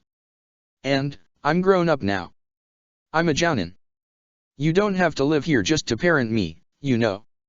Kakashi tries to sound casual, and fails. At least Sasuke isn't the only awkward one here. He remembers when being 13 felt like being an adult. That was certainly not a time he actually was one. Better to take advice from me than the elders, who seem hell-bent on driving the Uchiha into the ground out of principle, I suppose. Sasuke offers. He doesn't want to talk to Kakashi about the real reasons Fugaku might have for at least hearing Sasuke out. As for your jounin status, I wasn't aware family was something one could grow out of. The word family catches in his throat, and he knows Kakashi doesn't miss the slight change in his voice. You are related to the Uchiha, you know. Most would consider that to be family. Kakashi's outward appearance is calm, but Sasuke knows he must be as nervous as Sasuke is. You've been family to me longer than I remember being part of the Uchiha clan. And it's true. Sasuke has been either a student of or a parent to Kakashi longer than he can remember ever living among the Uchiha as part of them. And while Sasuke will always be a Uchiha, in personality, in genetics, that doesn't make Kakashi any less, to Sasuke. Guy asked me to kill him. Kakashi says abruptly. Blinking past the whiplash, Sasuke tries to recover. That must have been difficult. He meant it, too. Kakashi's eyes unfocus. They sealed a monster inside of him, and it was supposed to blow the village up when he returned. He begged me to let him die with honor. For days. I had to paralyze him every once in a while with one of Genma's senbon to get him to stop. You didn't do it, though. I saw him walk through the village gates myself. You brought him back safe. Sasuke isn't sure where this is going, so he makes his best guess. He has some idea what kind of monster could be sealed in a person, but Sasuke has no memory of a second Jinchuriki in Konoha, ever. He might be wrong. Or maybe it happened before and someone died. If it is a tailed beast, Sasuke is surprised Guy didn't die. He's definitely going to have to ask Minato about it. In all honesty, Sasuke isn't completely sure where all of the tailed beasts even are right now, what hosts they might be in. He must have guessed wrong, because Kakashi shakes his head. He's in the hospital, and burdened for the rest of his life. I don't know that he'll ever want to speak to me again. Why don't you visit him and find out? Sasuke doesn't know enough about Guy to be certain about him, but he's never seemed like the kind of person that would hate Kakashi for not killing him. He hadn't hated Kakashi-sensei for all the bizarre and downright embarrassing avoidance tactics he'd employed to shake Guy off in the future. Kakashi blinks at him. What if he hates me? Sasuke shrugs. Guy doesn't seem like the kind of person who has the capability to hate people. Sasuke would be surprised if Kakashi managed it. But why bring this up now? While they'd been talking about Sasuke becoming Uchiha. Was Kakashi secretly distracted by these thoughts the entire time? Or maybe it was related. Maybe Kakashi was considering hating Sasuke, and this reminded him of it. Or maybe there was a different connection or nuance he was missing. I'm apologize, but this isn't related to our earlier conversation, right? Sasuke doesn't want to find out later they'd been having a totally different conversation. What? No. Kakashi shakes his head, looking just as confused as Sasuke feels. It was probably just on his mind, then. Sasuke lets the confusion go, and tries to focus on the new topic at hand. Do you want me to go with you to the hospital? Sasuke hates hospitals. But, so does Kakashi. And if he's distracted enough to interrupt one conversation with another, he might be distracted enough to slip up on a mission, or in training. Kakashi visibly starts coming up with excuses and reasons not to. Sasuke waits him out, and after a moment, Kakashi deflates. Yeah, okay. The second they enter the hospital door, Kakashi tenses slightly. Sasuke sticks close to him as they ask the receptionist which room Guy and Genma are in, and Kakashi seems slightly relieved when the woman tells them that Genma is next door to Guy. Less walking through the hospital, Sasuke supposes. They traverse the wards until they reach the one Genma and Guy are in. Kakashi goes into Genma's room first, which is no surprise to Sasuke. Putting off seeing Guy, especially if he's afraid Guy will hate him, seems natural enough. Genma looks surprisingly okay, considering the way Rin had talked about him in her request for aid. He's sitting up in bed, his headband-made bandana tied around his forehead. Sasuke is relatively certain that's against hospital regulations, but that's not his problem to deal with. The shinobi smirks when Kakashi enters. Hey take, come to visit me on my deathbed. Don't be so dramatic, Shiranui. Kakashi sounds fondly exasperated. Genma salutes Sasuke with 2 fingers, and Sasuke nods in return. This visit isn't from Sasuke, and they both know it. When do you think you'll be released? Kakashi says casually. Sasuke can see just as clearly as Kakashi can that Genma is already wearing street clothes underneath his hospital gown, a sure sign he's planning on escaping the second they leave the room. Oh, you know. Things are looking up. It could be any time. Genma says with a grin. The 2 boys exchange further pleasantries disguised as barbs, but neither say anything about the mission they just returned from. They also don't talk about Guy. It's a clearly avoided subject, and even though Genma is smiling, Sasuke can still see the stress around the teen's eyes. Suddenly, as if a silent alarm goes off, Genma sits up straight. I hate to interrupt what was sure to be a heartfelt love confession to me, hey take, but the nurses are on shift change. It's my time to check out. You understand. Flinging his hospital gown off, and revealing full civilian clothing underneath, Genma starts quickly putting his shoes on. Love confession? Not on your life. And I'm only letting you do this because we both know Rin knows where you live. Kakashi threatens. Genma winces from his position halfway out the window. That she does. Tell her I'm busy. And with that, he's out the window. Sasuke is slightly surprised Genma had been confident enough to escape right in front of him. Kakashi turns back to Sasuke, and Sasuke is relieved to see him looking a little less tense. That doesn't stop him from dragging his feet on the incredibly short walk to Guy's room next door. Guy is laying in bed, and he doesn't look to be in quite as good of shape as Genma had been. He's slightly pale, and looks exhausted. Sasuke doesn't miss the flash of panic that runs across his face when Kakashi enters, either. He hopes Kakashi did, but he doubts it. Kakashi freezes almost entirely, and so does Guy. They just stare at each other for a long, tense moment. I'm sorry. They both speak at the same time. Why are you sorry? They say in unison. A pause. You first, they say together. Guy takes a deep breath and barrels forward, and Kakashi waits. I'm sorry, Kakashi. I shouldn't have asked of you what I did. I was. Guy takes a quivering breath. I was a coward. Kakashi shakes his head and steps forward. Sasuke hangs back in the doorway, still present but trying to remain uninvolved.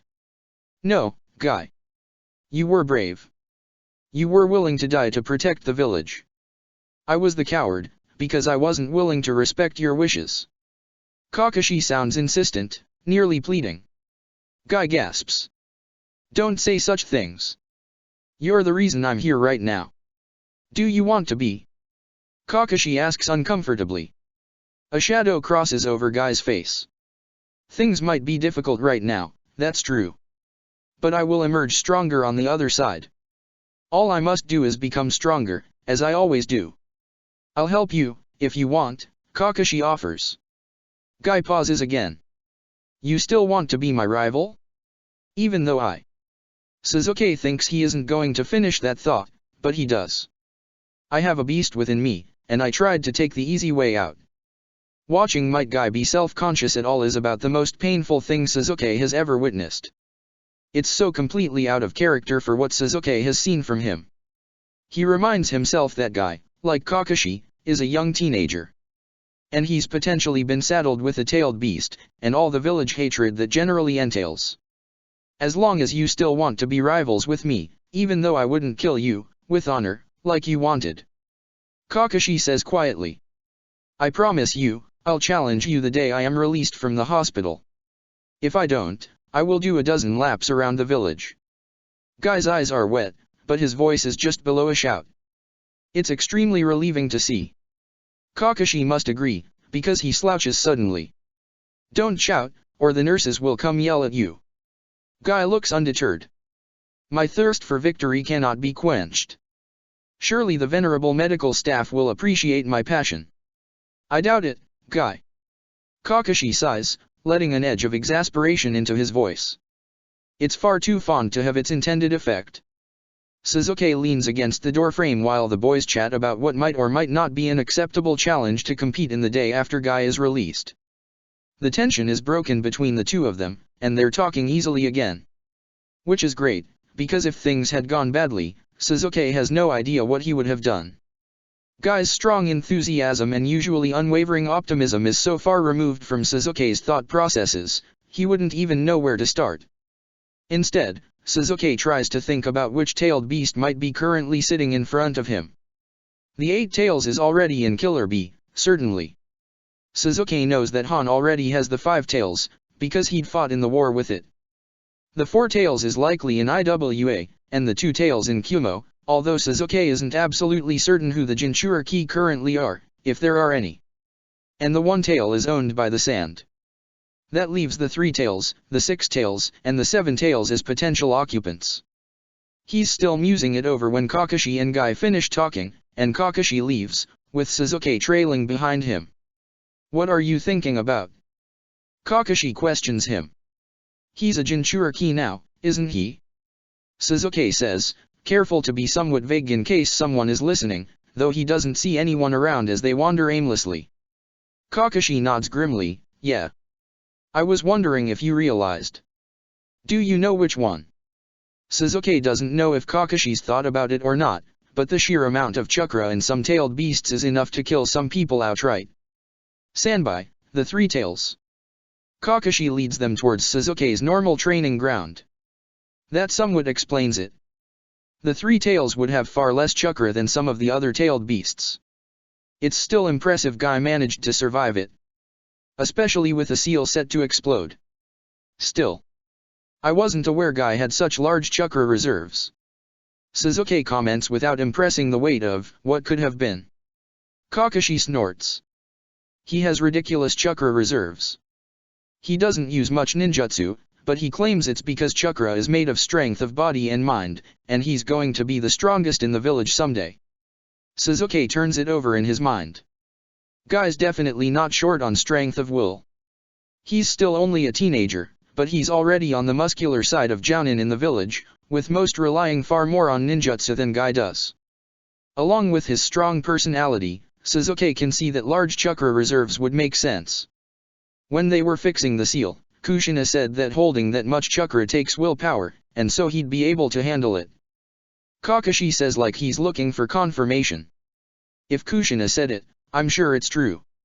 She wouldn't lie about something like that. Sasuke assures Kakashi. They've now made it to the place Sasuke usually trains with his team. Shisui and Obito are waiting for them there, having returned from their mission. Obito runs over first, Shisui close behind. Kakashi. You made it back. It must have been crazy if Minato-sensei had to go help. Kakashi puts on a bored affect. Of course, but we managed. Shisui looks odd. You must be strong, Kakashi-senpai. Kakashi turns his attention the young Uchiha. As kindly as Sasuke has ever heard him speak, he says, I hear I have you to thank for the new front door. It's very fitting. Kakashi says it while facing Shisui, but he's looking at Obito out of the corner of his eye. As expected, Obito immediately implodes. I knew you'd take his side, Bakushi. He makes a grab for Kakashi, and Kakashi disappears in a swirl of leaves. Obito groans in mock frustration. How was your mission with Shizune? Sasuke interrupts before Obito decides to start lamenting how uncool Kakashi is. It went without incident, Shisui reports, smiling. Sasuke accepts the response. We have some work to do today. But first, there is something I need to tell you both. Chapter 36. I knew it. Shisui nods. I knew you were an Uchiha. Why wait until now? Obito asks, looking more unsettled than shocked. It had been easier than Sasuke had thought it might be to tell Obito and Shisui about his upcoming integration back into the Uchiha. The words had flowed far easier than with Kakashi. But then, it didn't have the potential to affect either of them as badly as it had Kakashi. To answer Obito's question, Sasuke finds he cannot tell the truth. It would make little sense for Fugaku to trust Sasuke, unless Sasuke had done something to earn it. He'll have to skirt around it the best he can. I have spoken with Fugaku, and we decided it was time. Sasuke says it as strongly and plainly as he can, hoping to avoid being questioned about it. Are you going to go to clan meetings? Obito questions at the same time Shisui asks, are you going to move into the compound? Yes I am, and no, I'm not. Sasuke answers each question in turn. Obito looks slightly let down by his answers, while Shisui seems satisfied to simply have an answer at all. Do you have further questions? Sasuke would prefer not to bring up specifics again after this, so he allows them a final chance. Not that it would stop them from peppering him with questions if they ever had any more. And if Sasuke is completely honest, he would likely answer them the best he could if they did. They shake their heads. Now that the conversation is over, at least for now, it's time to move on to the purpose of the training today. Now that I am no longer filling in for Minato, we have the time to begin training. Before we do, however, Obito, you and I need to speak with Orochimaru. Shisui, you should join us. They agree, and as a group, head toward Orochimaru's preferred training ground. The Forest of Death. It's time for Sasuke to speak with Orochimaru about the connection between himself and Obito. It's been enough time, Orochimaru has more than likely done research, and made some theories. Sasuke is hopeful that whatever theories Orochimaru has, that they're helpful. The weight of carrying not only his own life, but Obito's, is heavy. Now that he and Obito are on the same team, and Sasuke is partially responsible for his training, the weight is heavier. If Obito dies due to Sasuke's lack of training, Sasuke loses the chance to finish fixing what went wrong, and the opportunity to see the people from his future grow up in a better time. He would also have to live with the knowledge that Obito's death was his fault. As Sasuke had hoped, when they enter the Forest of Death, Sasuke registers Orochimaru's chakra, and follows it to a small clearing. In the clearing, Itachi is trying and mostly succeeding in lacing shuriken with a fire jutsu. Orochimaru signals for a halt at their approach. Sasuke walks up to the Sannin, Obito behind him. Shisui goes to greet Itachi, and from the sound of it, give enthusiastic praise towards Itachi's new jutsu. Ah, Sasuke. Good to see your responsibilities are no longer behind a desk. Orochimaru's golden eyes shimmer with amusement. Yes, and not a moment too soon. Sasuke returns. I believe you know why we're here. Pleasantries and small talk are not Sasuke's preferred mode of communication. Especially in training, or situations such as this. Orochimaru inclines his head. If you are referring to the connection between yourself and your young Uchiha, then yes. I do. Do you have any particular training plans for your other student? Suzuki looks over to where Shisui is teasing Itaka with a smile, and Itaka looks absolutely bewildered. I do not. Itaka, Orochimaru calls across the clearing. Itaka turns his head instantly. Yes, sensei. I will be busy for some time. You may find Shisui to be a willing sparring partner. Orochimaru commands without harsh words or raising his voice. But it is clear he expects to be obeyed all the same. Itaka bows respectfully to his sensei, and turns to Shisui. Before he can even ask it, Shisui grins brightly. Of course I'll spar with you, Tachi. And it is settled. Shisui and Itaka head to one side of the clearing, and Orochimaru, Suzuki, and Obito make their way to the other side. Close enough to keep an eye on the younger two if necessary, but far enough to be out of range for most jutsu. Tell us about the Rinnegan. Orochimaru requests. It's not the way Suzuki would have started this, but he complies. Hopefully whatever knowledge he's accumulated on it will help Orochimaru somehow. It is similar to the Sharingan in basic ability. It allows me to see chakra to a greater extent, closer to what I've been told about the Byakugan. There are abilities attached to it. The ones I have used personally include, a shockwave of repulsion or attraction, absorbing chakra, extracting human souls, instant transportation between locations, creating portals to a dimension only I can access, code breaking, and reviving the dead. Reviving the dead costs the user his own life, as I learned the only time I attempted it. There are several other rumored abilities, but I have not attempted them, or seen most in person. Orochimaru visibly sorts through the information. After Suzuki finishes, the Sannin is mostly silent for a few moments, only uttering fascinating or interesting as he puts things together. Obito's jaw drops. You can do all of that? For real? Yes, as well as the normal abilities associated with the Sharingan and Mangekyo Sharingan. Suzuki informs him. Mr. Suzuki, you've got to be like the strongest ninja alive. There is a note of awe mixed with longing in Obito's voice. Suzuki shrugs. In terms of raw strength, perhaps so. But no one is invincible, including me. If the wrong situation were to occur, I can die just as any other shinobi can. Suzuki has enough precious people that his weaknesses are easier to take advantage of than some. Not even counting the fact that if Obito were to die, so would he. Additionally, if Suzuki were properly sealed, he would be stopped easily enough, and if the choice was him or someone he cares for, the choice would be easy. How did you awaken the Rinnegan? Orochimaru asks. I came into contact with.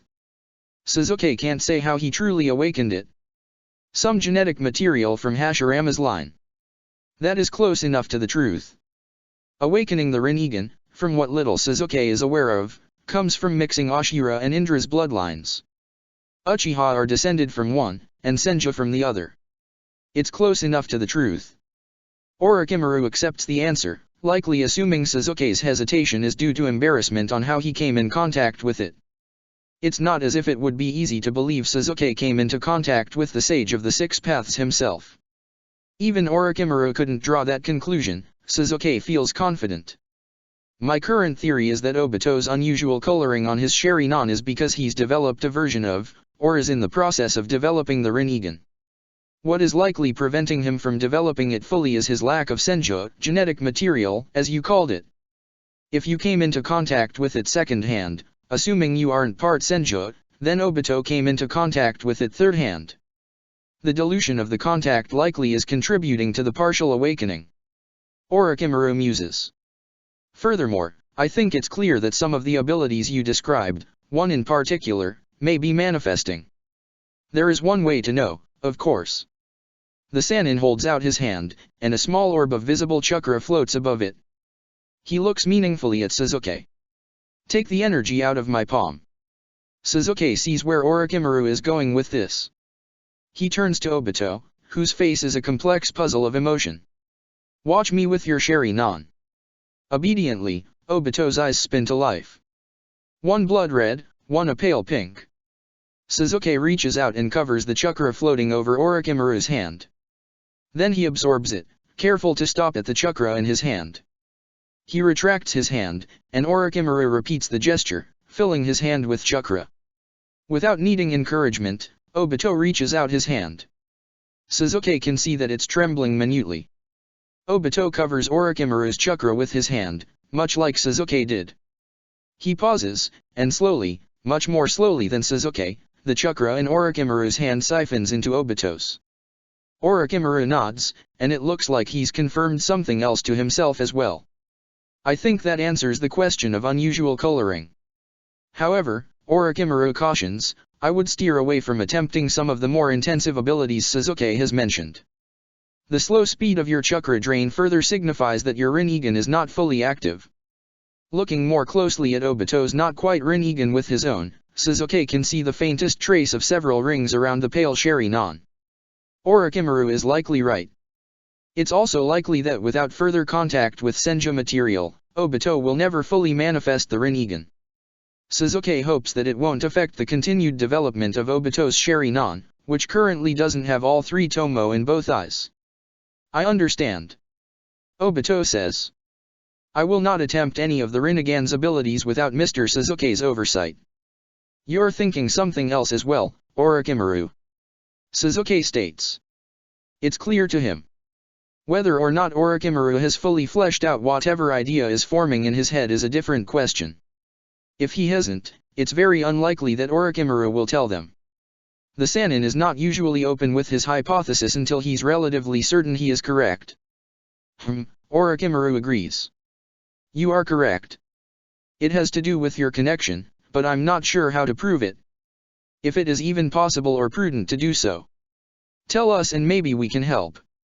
Obito offers tentatively, looking to Sasuke for reassurance.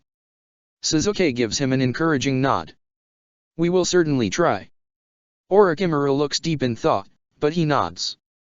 Very well. When I first saw the two of you, I saw that your chakra networks were twisted together. I assumed at the time that Sasuke had wound your chakra systems together as a form of life support, which had worked, however primitive it may have been. However, the connection, and subsequent pain sharing you experienced, should not have occurred once your chakra systems had been separated. Additionally, chakra signatures change slowly over time, and by this time, even though your chakra signatures would be nearly identical, there would be small differences. However, yours have no differences, and still match. Orochimaru speaks slowly, trying to explain it to the both of them in a way they can both understand. For Obito's sake, Sasuke appreciates it. I first noticed that things weren't as simple as they appeared when you began to experience phantom limb sensations, Sasuke. Which is why I warned you both that your death might kill the other person.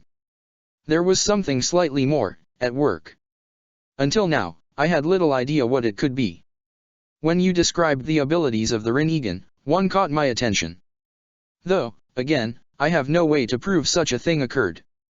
I now think it's possible, Sasuke, that when you felt Obito dying, you removed part of his soul, likely out of panic.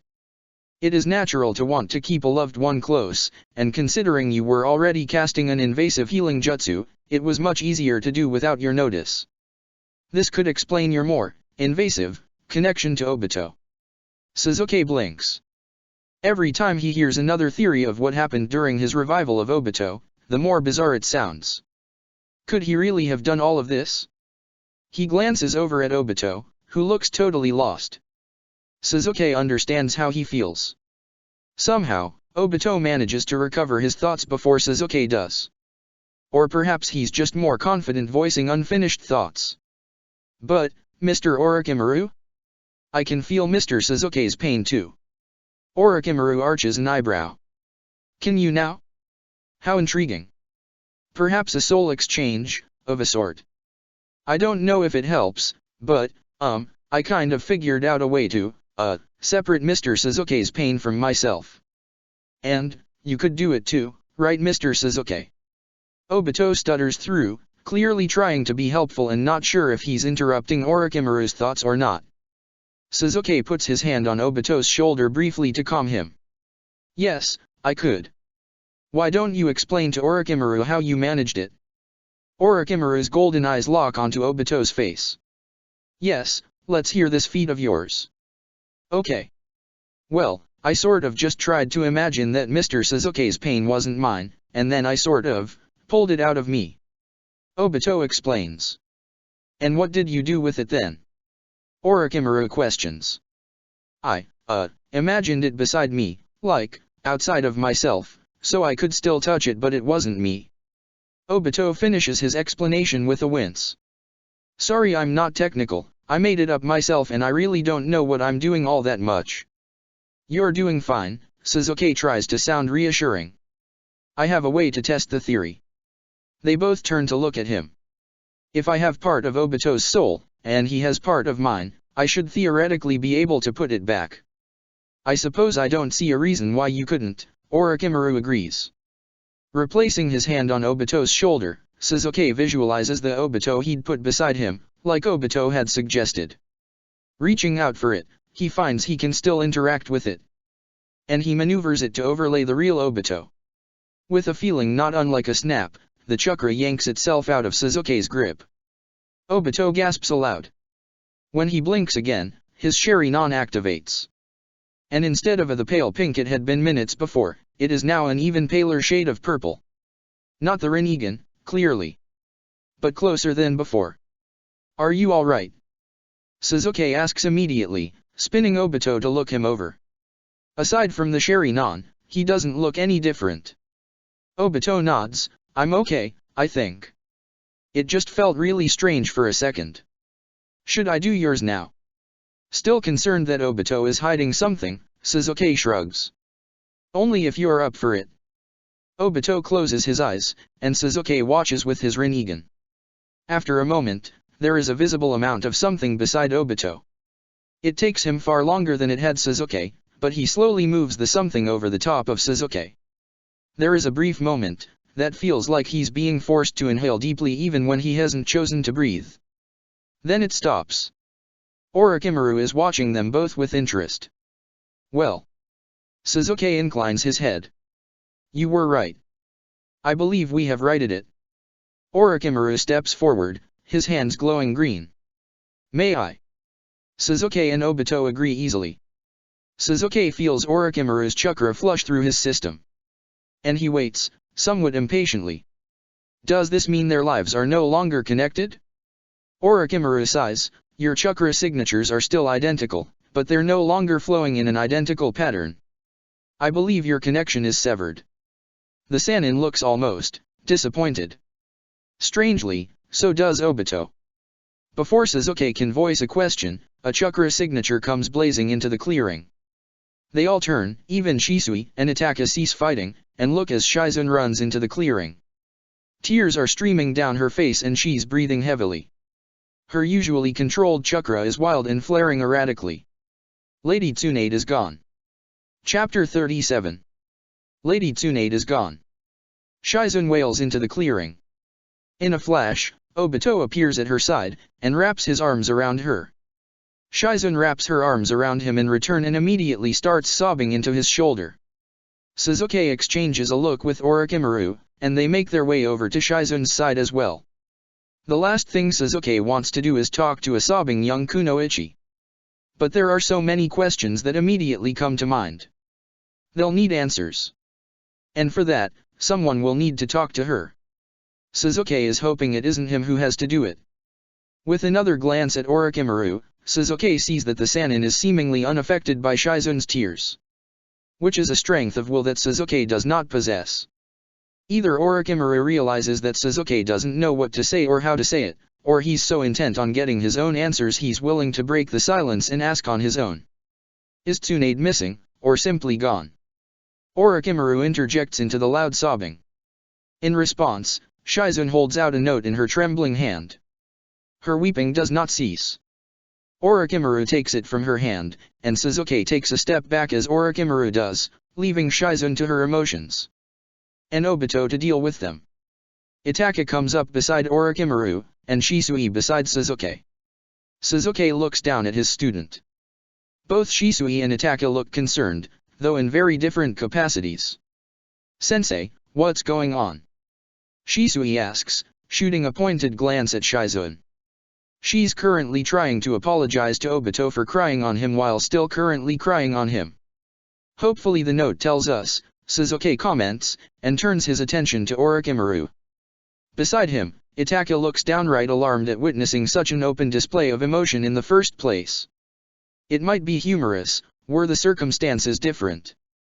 The Sannin's fingers clench slightly as they hold the carefully folded note, which has since been crumpled by Shizuan.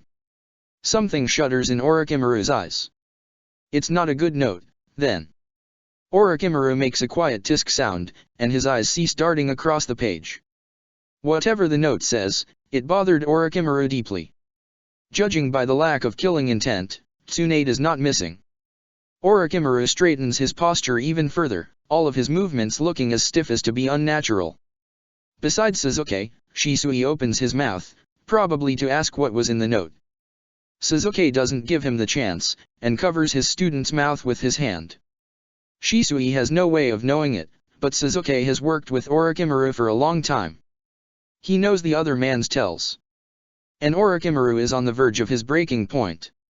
Orochimaru opens his hand, dropping the note, and begins swiftly walking off the training field without any expression at all. The note flutters sadly to the ground behind him.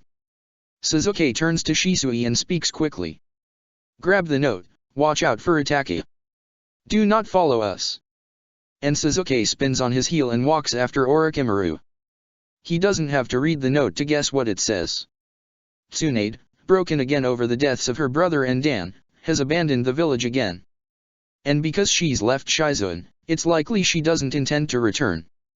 Tsunade has made the decision to drink herself to death, alone. It's a frustrating thought, but Suzuki finds he isn't surprised.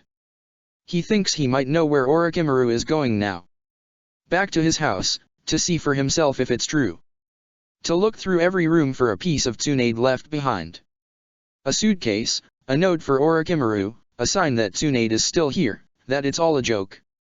Or acknowledgement that her leaving might be painful for more than just Shizuan. The house is going to be empty. Orochimaru knows that, deep down. And Suzuki, without even reading the note, knows that. Suzuki also knows he is not going to leave Orochimaru to confirm it alone. Catching up to the Sannin is easy enough, and Suzuki falls into stride with him. Orochimaru tenses, perhaps thinking Suzuki is going to speak. Maybe to try and talk him down, or reassure him.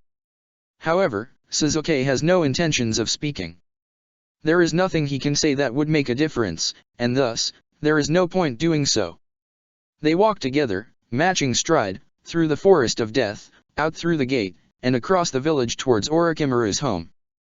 By the time they reach the front yard of the house, there's a wild, desperate look that blooms in Orochimaru's eyes. He opens the door hastily, and strides through his home. She's not at the kitchen table, and the Sannin turns to go back to the bedroom where she had been staying. Suzuki stays in the kitchen. Tsunade's chakra signature is no longer in the house. Suzuki knows she isn't here. He doesn't need any confirmation. Though he will be interested to read the note that he'd asked Shisui to grab. To read Tsunade's excuses, reasoning, and thoughts for himself. But that can wait. If Tsunade left of her own accord, she won't be found again unless she wants to be. Waiting in the kitchen, Suzuki can't help but notice that there are once again 3 chairs at the table.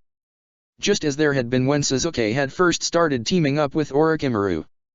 He wonders if he should move one of the chairs himself, or wait for Orochimaru to be ready to bring himself to do so. Orochimaru returns, and the disbelieving, almost desperate look is still in his eyes. There are 2 ways Suzuki sees this going. Either Orochimaru will get angry, and Suzuki will spar with him for a while.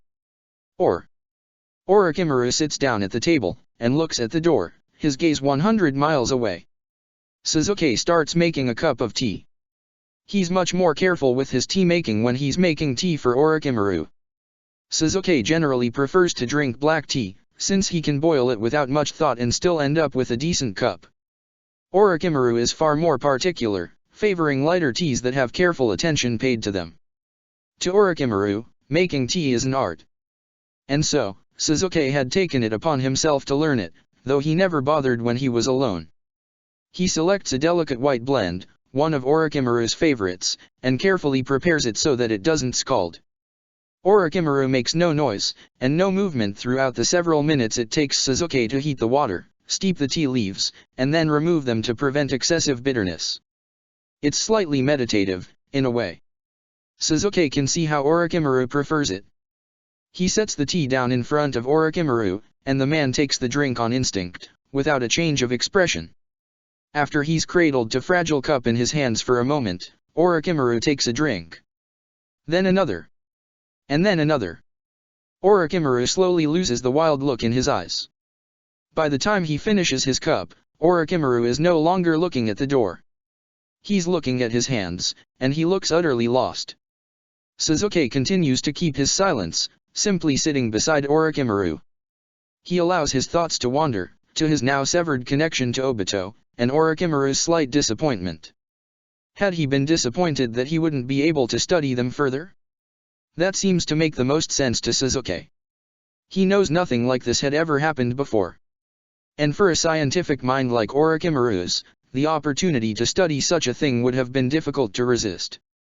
If there is a way to study it further without endangering Obito, Suzuki is willing to submit to it, to give Orochimaru a chance to understand it. Who knows, maybe something useful can come of it. Time passes. Suzuki makes another round of tea without breaking the silence. It's not an awkward one, and Suzuki feels that it isn't his place to break it. What could he say that would be more beneficial than silence? In the wake of something like this, silence feels almost sacred. And the day begins to pass.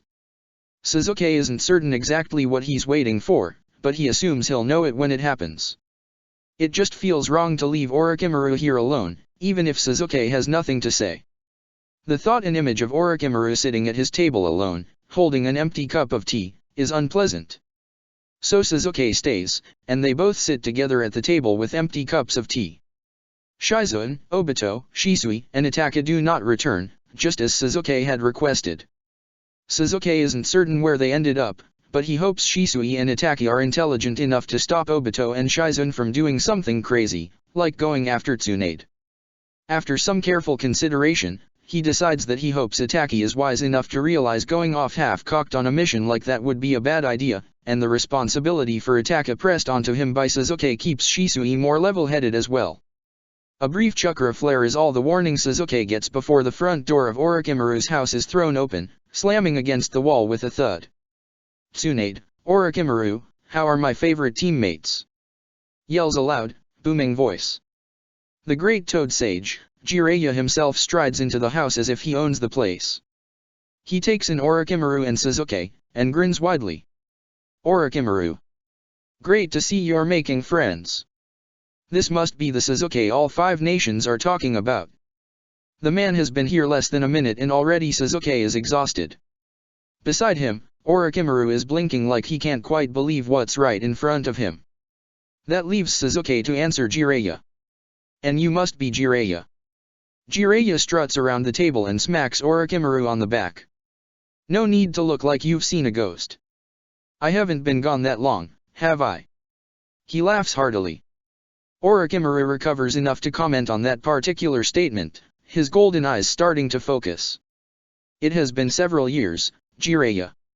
Really? Time flies, I suppose. I heard a rumor that Tsunade was back in the village, and I figured she'd be here. Did she go to the bars already? Wouldn't be too averse to joining her, if you know what I mean. He winks at Orochimaru. Suzuki does not remember the man having such an enormous personality. But then, he'd only met Jiraiya in person a small handful of times. And never in anything Suzuki would consider a relaxed or relatively calm situation. That's not going to be possible. Orochimaru says bluntly. Jiraiya grabs his teammate's shoulder and gives him a little shake. Ah, come on, Orochimaru. Even you aren't boring enough to skip out on a teammate reunion. Maybe we can even get Sensei in on it. He means it isn't possible because she isn't in the village. Suzuki barely manages to bite back the word dumbass. No need to make an enemy of Jiraiya if he doesn't have to. If it comes down to it, though. Instead of getting the point like he should have, Jiraiya nods, looking delighted. Minato got her back on missions, eh? I always believed in my student. That kid always had everybody wrapped around his finger. Even me. It's no surprise he's made Hokage. She abandoned the village, Jiraiya. She isn't on missions. She isn't coming back. Orochimaru looks pained as he spells it out for the Toad Sage. The good humor evaporates from Jiraiya's face instantly. Since when? Since this morning, Sasuke answers, so Orochimaru doesn't have to. She left Shizune a note. The sage straightens, looking serious. Do you know which direction she went? I'll go and get her. She was just back here. She'll come back. I'll leave tonight, and be back here with her before you know it. Just like last time. Orochimaru bites out. Seemingly surprised at his own words, Sasuke notes that Orochimaru isn't meeting Jiraiya's eyes. Jiraiya looks slightly hurt, but before he can speak, Orochimaru waves his hand. She doesn't want to be found. You know how she is. She's not going to be found if she doesn't want to be. There's no need for you to go. Sasuke studies Jiraiya's face carefully. This is as close as Orochimaru normally gets to making a request, and Sasuke watches to see if Jiraiya will understand it. If he'll accept Orochimaru's silent request for him to stay. As longtime teammates, and legendary partners in battle, surely Jiraiya knows Orochimaru inside and out. That turns out to be a mistaken wish. He sees what Jiraiya is going to say a second before he says it, and Sasuke desperately wishes he could stop him. With Tsunade out there all alone, without even Shizune for company, there's no reason for me to stay. Jiraiya ponders to himself, before nodding in confirmation. What little was on Orochimaru's face disappears as he shuts down for the second time in a day. Before he does, Sasuke catches the deep hurt on the snake Sanin's face. He knows he didn't imagine it. Sasuke decides to intervene. Jiraiya must simply be an idiot. Sasuke knows a few of those. He'll just spell it out for Jiraiya. You could stay for dinner with your teammate. Or tell Minato you're here. Jiraiya thinks for a moment, and puts back on his confident smile. I'll write Minato and tell him I'm on Tsunade's case, while I'm on the road. And you must not know Orochimaru very well. Jiraiya laughs. He was never one for company. You should have seen him back in the day, always curled up with a book, reading away. I've probably already given him all the socialization he wants for a week. Sasuke grimaces. From what Sasuke knows of Orochimaru, that isn't even remotely true. Orochimaru isn't one to hit the bars or casinos, like Tsunade. Or bathhouses like Jiraiya. But he's always available for a cup of tea when Sasuke arrives, and the mere presence of more chairs than necessary seems like a clear sign that Orochimaru isn't as averse to company as Jiraiya seems to think he is. I wasn't aware you could write letters, despite your numerous books. Orochimaru comments quietly. Seeing as in the several years between your visits and promises to write, I've never seen one from you. Jiraiya scratches the back of his head nervously. Yeah, you're right. I should be better about that. After all, life on the road is always exciting. Sometimes too exciting to remember to write. And the company is always a blast, if you know what I mean. He laughs that big, booming laugh that seems to rattle windows. Besides, you sure it wouldn't be too much trouble for you to read about my carousing, as you used to call it? Jiraiya smiles what he must assume is a winning smile. Orochimaru does not respond. And Sasuke is currently lost for words. It doesn't seem like the Toad Sage is ever short on words. Well, I'll see you again soon, Orochimaru. And this time, it'll be a real team reunion with all three of us. Maybe we can even get Sensei in on it, he's probably having a great time in his retirement. And with a chuckle, Jiraiya heads towards the door. Sasuke shoots one look at Orochimaru's shuttered face, and makes his decision. Standing, he takes 2 swift steps and taps Jiraiya on the shoulder. When Jiraiya turns, Sasuke throws a punch, and neatly breaks his nose with a satisfying crack. Jiraiya makes no attempt to dodge whatsoever. Blood instantly begins pouring down Jiraiya's face, and the man clutches his face on instinct. Oh no, Sasuke deadpants. You better go to the hospital and get that fixed. While you're there, I'll let Minato know his favorite sensei is in town. Jiraiya clutches at his nose, and Orochimaru's expression is purely shock. He hasn't even gotten up from the table. Jiraiya looks irate. What did you do that for? Orochimaru, would you mind healing me up? Sasuke shoots a look at Orochimaru. If you do, please know I'll break it again. Sasuke, Orochimaru begins, and there's something in his eyes that looks so defeated. Sasuke hates it. There's no need to dash. Jiraiya interrupts. Do you have a problem with me? Would you like me to? Sasuke answers flatly. I'm trying to bring someone important back to the village, if you haven't noticed. Something you might not understand, seeing as no one here stopped her from leaving. Jiraiya snaps. Sasuke makes a move like he's going to hit Jiraiya's nose again. When the man blocks, Sasuke breaks his hand instead. She wasn't a prisoner. It's obvious to everyone, except you, apparently, that she doesn't want to be here. If you wanted to understand why, you might try talking to your teammate, or Shizen, or literally anyone who's actually spent time with her. If you want to piss your life away wandering the earth and call it a pursuit of peace, fine. But don't pretend for even a second that your reasons for abandoning your village are more noble than hers. Jiraiya outright snarls at Sasuke. I am a loyal shinobi of the leaf, so watch what you're saying. Then prove it. Go meet with your Hokage and see if he needs you.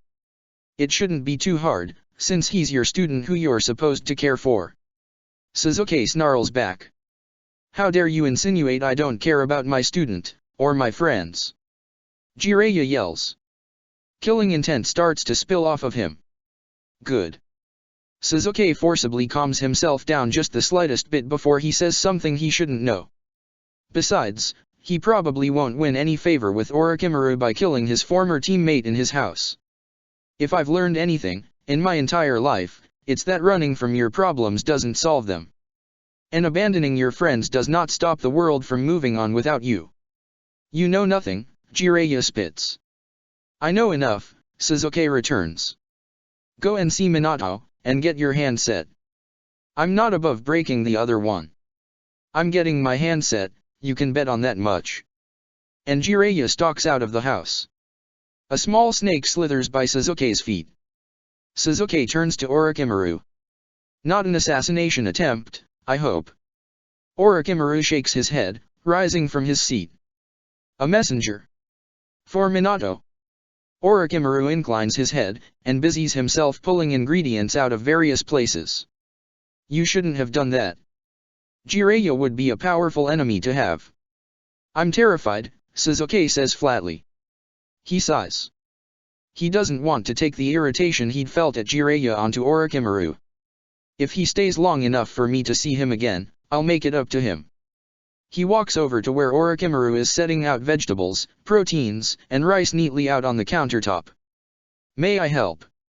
Orochimaru turns to him, a flicker of surprise crossing his face. You're staying.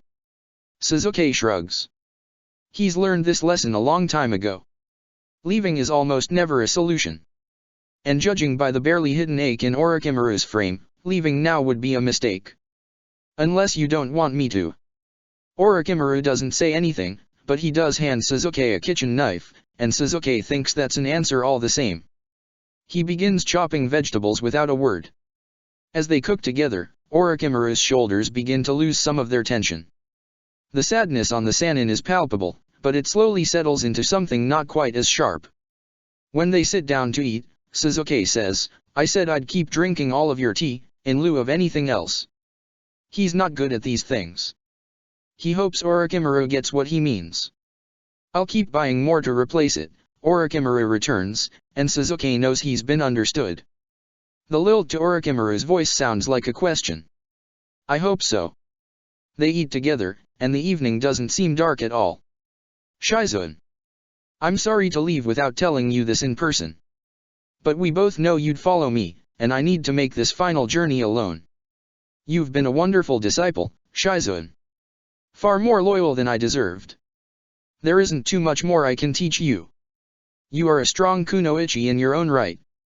Stay in the leaf, they'll protect you and help you to grow. Far better than I could. Everyone I've ever loved has been killed, and I can't stand it happening to you too. I hope that someday you will understand. Tsunade Senju. The Senju name is yours, if you ever wish to take it. If you don't, I understand. This family is a curse. Chapter 38. The first Uchiha clan meeting goes about as well as Sasuke thought it would. That is to say, it's going terribly. They'd accepted Sasuke's return into the clan relatively easy, as Fugaku had anticipated.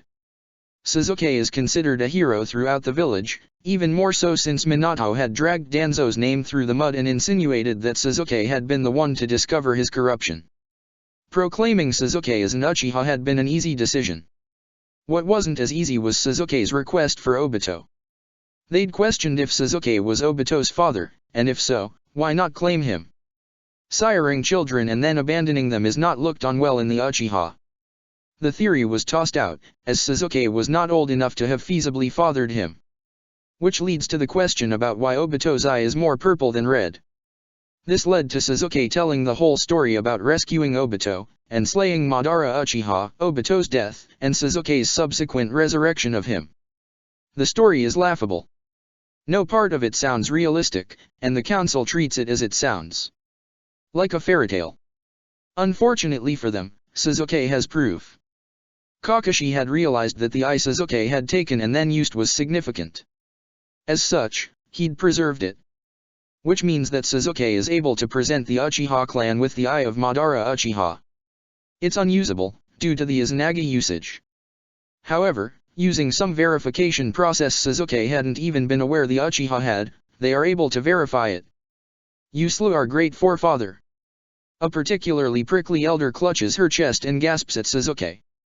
She's probably old enough to remember Madara. I killed the person who kidnapped Obito Uchiha, yes. And I'd do it again. Sasuke says. Fugaku's face twitches slightly. Faced with Sasuke's near-total disregard for political games, and blunt answering of questions, he may be regretting bringing Sasuke into this. What is a single Chunin compared to the greatest Uchiha who ever lived? You could have at least kept his eye intact. The old lady nearly screeches. Sasuke wonders if she's old enough to have been one of his followers. Kami knows Sasuke had enough of them in the academy. It seems reasonable enough that Madara had attracted his own.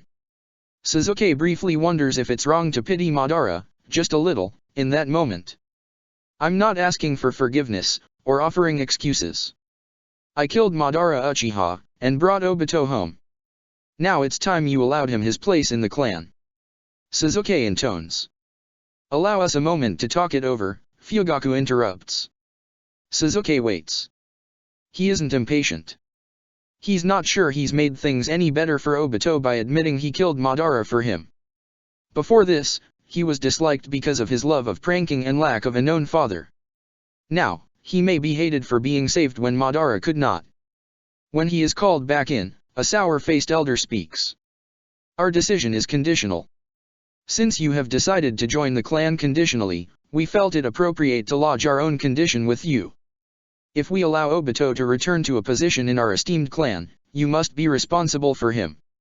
Sasuke assumes they mean it would fall on Sasuke to prevent pranks. Easy enough. If Obito chooses to prank in the future, Sasuke intends to make sure he can't be caught. The old lady who Sasuke is now convinced was obsessed with Madara is looking at him like Sasuke ruined her life. He has a vivid mental image of dropping a clone hunged as Madara, in Naruto's sexy jutsu style, in front of this old woman. Yes, if the Uchiha should be pranked in the future, Obito certainly won't be to blame. I'm already his squad leader, so I accept the continued responsibility. And with that, Obito is brought back on as a full member of the Uchiha. The remainder of the meeting is so incredibly boring Sasuke tunes it all out by watching the three youngest Uchiha. Itachi is the picture-perfect member. He sits straight up, and doesn't wiggle like many young children do. He turns to each member as they speak in turn, looking like he's actually paying attention. Sasuke wouldn't be surprised if he was. Even at this young age, Itachi is being trained to take over for Fugaku. And it looks like he's taking the responsibility very seriously. Obito is less focused. He swings wildly between being laser-focused and nodding along, to completely spaced out. His hands fidget in his lap once in a while, and stops with an embarrassed look whenever he realizes. He seems excited to be invited back, and trying to take it seriously. Shisui is not even attempting to pay attention. his eyes are glazed over and he stares into space. Suzuki wonders with some amusement if he's actually asleep. Unfortunately for Shisui, there's nearly as much attention on him as Itake, and every time an elder looks disapprovingly at Shisui, Itake discreetly pinches Shisui, causing him to focus, nod along, and then promptly return to his previous state. Suzuki makes no attempts to pay attention to anything that sounds unimportant, and he refuses to fake pleasantry by nodding at whichever elder lets their eyes drift his way. After the meeting finally ends, Suzuki wants nothing more than to do laps around the village, just to run and be free of the meeting. He has no such luck. A Chunin messenger meets him outside the Uchiha compound with a summons to the Hokage office.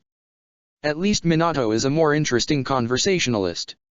Suzuki climbs through the window of the Hokage's office a few moments later, and is gratified to see that Minato is the only person present.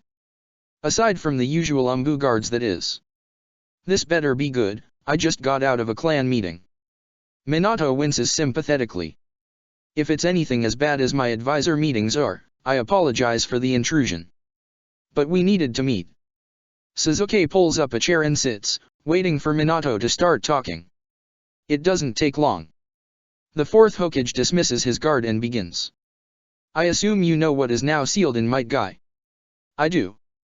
Suzuki wonders where he's going with this. Is the seal incorrect? If so, there's nothing Suzuki knows to do about it. The situation that led up to his capture. It doesn't feel right. A tailed beast is a weapon, yes. But usually one that's jealously hoarded by the villages who have them. So why seal one into a shinobi from another village?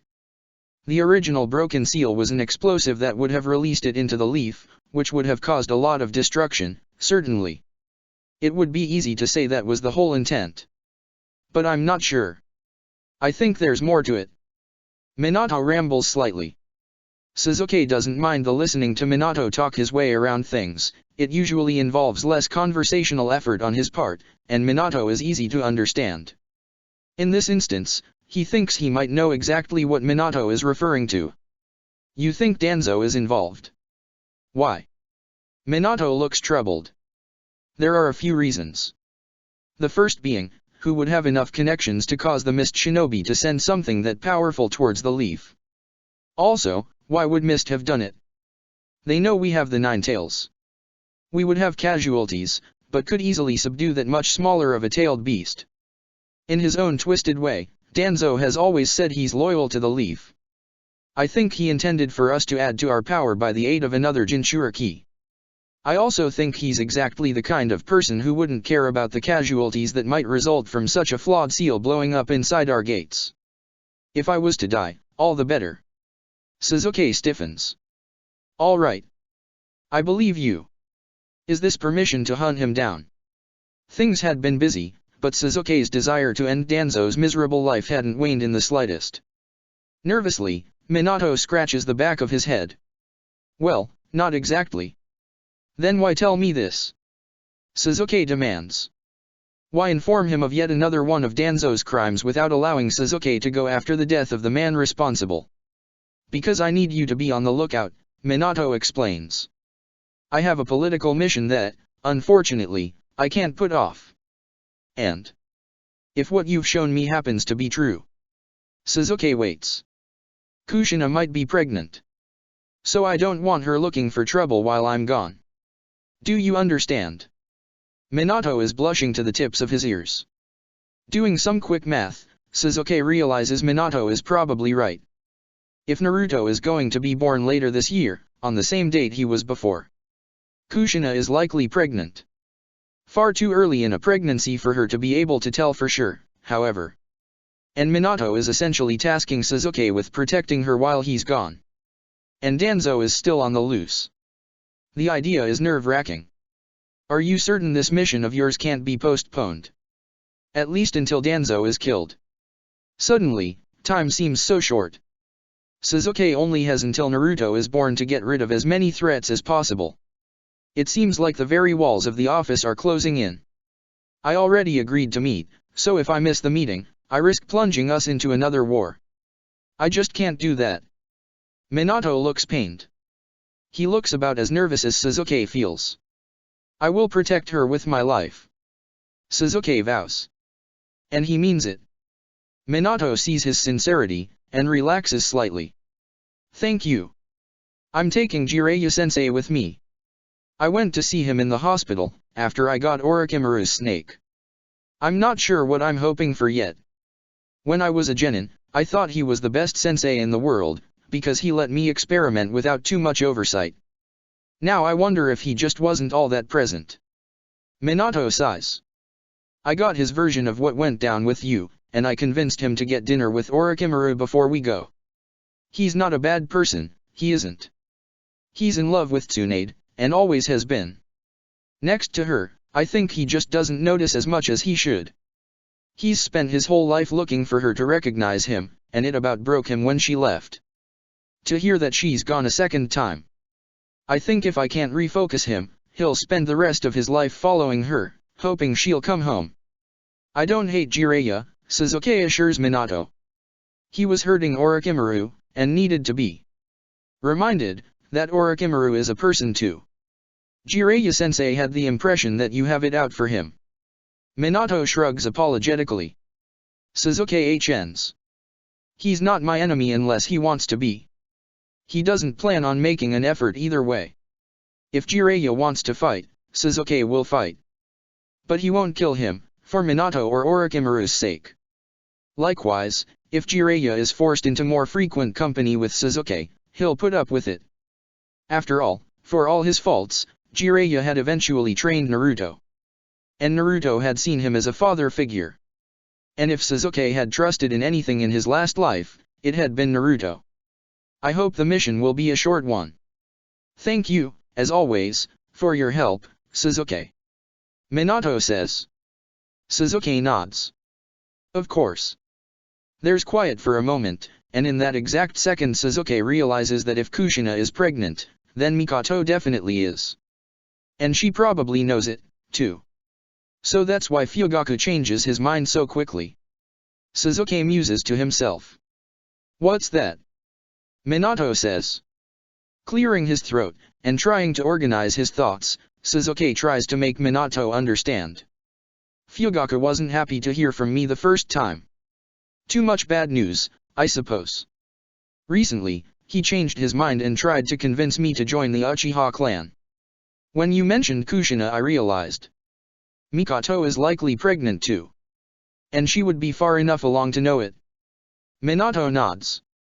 You think his wife's pregnancy convinced him you were telling the truth? You're probably right about that. Have you thought about what you'll do, when there's a second you running around? I haven't really thought about it. And Sasuke hasn't. He's spent all of his time in the past trying to figure out what went wrong and how to fix it, and thinking about Naruto, Sakura, and Itachi. He hasn't spared even a single thought for the fact that if Itachi and his teammates would be born, so would he. Fortunately, no one should know that Sasuke is the same as his younger counterpart. Sasuke's chakra signature had permanently changed after his prolonged contact with Orochimaru's curse mark. He doesn't even know if Fugaku and Mikoto will end up naming the child Sasuke. He wouldn't blame them if they didn't. I bet you were an adorable child, Minato says teasingly. No doubt, Sasuke throws back, half thinking. Are you nervous? Minato nods shamelessly. Terrified. I didn't get much of a chance to do any parenting in your time, so I don't even know if I'll do a good job. What if he hates me? Sasuke twitches. What child would hate you? All the children who've ever met you adore you. It's true. Minato can hardly walk through the street without some child or another coming up and asking for Minato's autograph, or advice. And Minato never fails to have a kind word, or a moment to talk to them.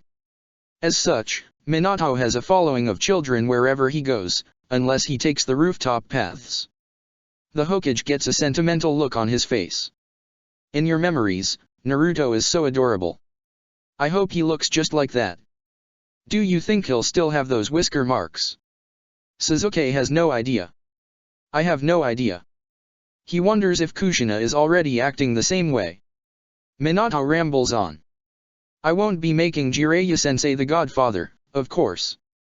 Clearly that responsibility was too much for him. But we're still calling him Naruto. It just fit him so well. I don't think I can even imagine him with another name. Well, if we're done with the meeting. Sasuke is starting to get uncomfortable with the sheer amount of emotion pouring off of Minato. Minato snaps to awareness and grins sheepishly. Right. Right, sorry I got carried away there. Anyway, I plan on leaving tomorrow. I'll keep you informed if I expect to be later than I anticipate. Sasuke nods, and takes his leave. He has a lot of things to start thinking about. A lot of planning to do, and his window of time is shortening every single day. Chapter 39. A fairly well-hidden chakra signature emerges on the edge of his senses. He pretends not to notice it, and continues walking home. A second, far more delicately hidden signature appears on his other side. A trap, then. He walks on, outwardly unbothered. The two signatures continue to trail him, tightening the trap around him. Taking a slight detour out of the civilian sector, he barely makes it off the main street. Then the attack starts. The first attacker springs in, wielding a spear. He jumps back, creating the opening for the second attacker to swing a long tachi, in an attempt to sweep his feet out from under him. He jumps, and pushes off the wall of the narrow alley. Both weapons stab up at him. Twisting, he kicks the spear so that it clangs against the tachi. The brief second where the weapons clash is all he needs. Seizing the advantage, he knocks the spear out of the first attacker's hands. Then, in a swift motion, kicks him back towards the second attacker. They collapse in a heap on the ground. He walks over, and stares down at his two assailants. The trap might have worked, if you'd hide your chakra signatures better. The first attacker, still on top of the second, sighs dramatically. We can't help it, you're a tracking type, Kakashi-senpai. We totally could have had you. Katetsu, who is on the bottom of the heap, backs up his teammate. Yeah, if we'd been using our favorite weapons. Kakashi grins down at Izumo and Katetsu, his would-be attackers. New weapons again? That has to be your third set. You must be making good progress. The boys take a moment to untangle themselves from each other, both grinning. They've hit a growth spurt recently, and the gangly look, mostly hidden by careful application of shinobi skill, is still present to Kakashi's trained eyes. We mastered 2 already. We're well on our way to being the best weapons users in the village. Katetsu boasts proudly. Someday you'll even have to acknowledge us, senpai. Izumo laughs. Kakashi taps his chin through his mask. I might consider you to be masters, if you ever manage to best me in a fight. The boys straighten together, and share excited smiles. You know we will. Next time you'll never see us coming. Kakashi seriously doubts that, but he doesn't voice his opinions, because the two boys have already scrambled off, no doubt planning his future demise. Blending back into the main street as if he'd never left, Kakashi continues his journey home. He smiles to himself. Katetsu and Izumo have improved massively. It's not as if Kakashi hasn't heard about it. Sasuke talks about them all the time. How he'd sneak over to watch them train, or they'd come to challenge Sasuke to a sparring match. Sasuke talks about them so much, in fact, that when Kakashi and Rin had started training for Umbu applications, they were 2 of the first people Kakashi thought of to help. He'd made a secret agreement with all of Sasuke's students. Izumo, Katetsu, and Shisui. He'd even roped in Itaki and Obito, on Shisui's insistence. The deal was as follows: they could and should try to launch surprise attacks on Kakashi throughout the village. They weren't allowed to attack Kakashi at home, since Kakashi already had a strong memory of why that could be a bad idea, and they weren't allowed to attack in the Hokage's office. Anywhere else was free game. Every time they managed to best him, he would owe them a training session. Well, except for Obito. Obito insisted he was already a far superior shinobi to Kakashi even with all evidence pointing to the opposite, and so Obito demanded that each time he beat Kakashi, Kakashi owed him a favor. Kakashi had agreed to the terms. The last part of the deal was agreed upon by all parties. Not to tell Sasuke or Orochimaru. Kakashi didn't want to tell Sasuke because he didn't want Sasuke to know he was trying for Umbu until he got in. The last thing Kakashi would ever want is for Sasuke to see him as a failure, and the Umbu are the hardest group to get into in the whole village. Kakashi greatly suspected the reason the rest of them had for not telling Sasuke and Orochimaru was because they were afraid of getting in trouble with their respective squad leaders. Kakashi also knows that Orochimaru is absolutely aware of where Shisui drags Itachi off to once in a while, but the Sannin hasn't said anything. Ever since that day a few weeks ago, Kakashi has been besieged by attacks. Hardly a day goes by without someone jumping out from behind, above, or underneath in an attempt to catch him off guard. Kotetsu and Izumo only attack together. He has never seen one without the other. From what he's heard, their masters are attempting to match them as a battling pair, so he isn't surprised by it. In fact, he wouldn't be surprised if their masters were the ones who helped them come up with that particular trap today. Itachi only makes an attempt if Shisui forces him to do it. Kakashi had been very cautious about letting such a young child attack him, but Shisui had insisted that Itachi was a genius and Kakashi might be surprised. Kakashi had been. Of all his potential attackers, Itachi had by far come the closest to actually hitting him. He clearly thinks it's bad form to surprise attack a comrade, but Shisui is extremely persuasive. Obito attacks with any combination of others. Sometimes he'll join Shisui and Itachi for a 3 Uchiha team-up. Sometimes he piggybacks off of Izumo and Kotetsu. And sometimes he attacks alone. He is the most determined for Kakashi to owe him, which is causing a rising fear of what exactly the favor Obito is thinking of might be. Soon, he'll ask Guy to join. But not yet. Guy had just recently been cleared for light training again. Kakashi had trained with him a few times, but it was clearly frustrating to Guy to not be allowed to give it his all every day. Eventually, Kakashi had dragged Guy to Kushina, and asked for help. Kushina had explained that he'd be more than okay soon. She promised Guy that when he was cleared for full training, she would teach him some tricks, and he'd be able to double or even triple his stamina. Hearing that had reassured Guy. It had also terrified Kakashi and furthered his drive to better himself. Guy could already outlast him by a significant margin. If Guy were to even double it, Kakashi can't even imagine. Guy could probably jug all 5 major villages without a sweat if he were to triple it. Kakashi is unwilling to be left behind by his best friend. So Kakashi trains even harder. Rin has been doing her own training, and had even taken on her own mentee in Shizoan. Although it wasn't what Kakashi would call a traditional student-teacher relationship. Both were essentially trying to share all their knowledge in healing and poison and everything else with each other. When Tsunade had abandoned the village for the second time, Rin had swooped in on Shizoan. The two were more like sisters than any sort of teacher-student relationship, and even had plans to move in together soon. Kakashi leaves the civilian sector, and makes the turn towards his home. He doesn't expect anyone to be there. Recently, Obito had moved out of the house and in with Shisui. Kakashi had asked him why, trying to ensure he hadn't accidentally offended Obito. He'd said something about Shisui's parents being old and having dementia, and that Shisui had needed the company. Kakashi thinks that might be only part of the reason. He'd heard through the gossip chain that Obito had been reinstated as full Uchiha, and Sasuke had shared his suspicions that Obito was attempting to be accepted by the clan again. As for Sasuke, well, ever since Minato-sensei had gone on his diplomatic mission a few weeks ago, Sasuke had hung around Kushina extremely protectively. He has no idea what that's about, but Sasuke is definitely nervous about whatever it is. Kushina is one of the scariest people Kakashi knows, so he has next to no idea what she would have to be afraid of, or even why she's letting Sasuke nervously protect her like he's afraid she's going to shatter at any moment. Kakashi expects the house to be empty, so he's surprised when he feels Sasuke's chakra as he closes in on the house. But something about it makes him pause. It doesn't feel right. It's stuttering, almost jerking, and halting on the edge of Kakashi's senses. It tells him something is wrong.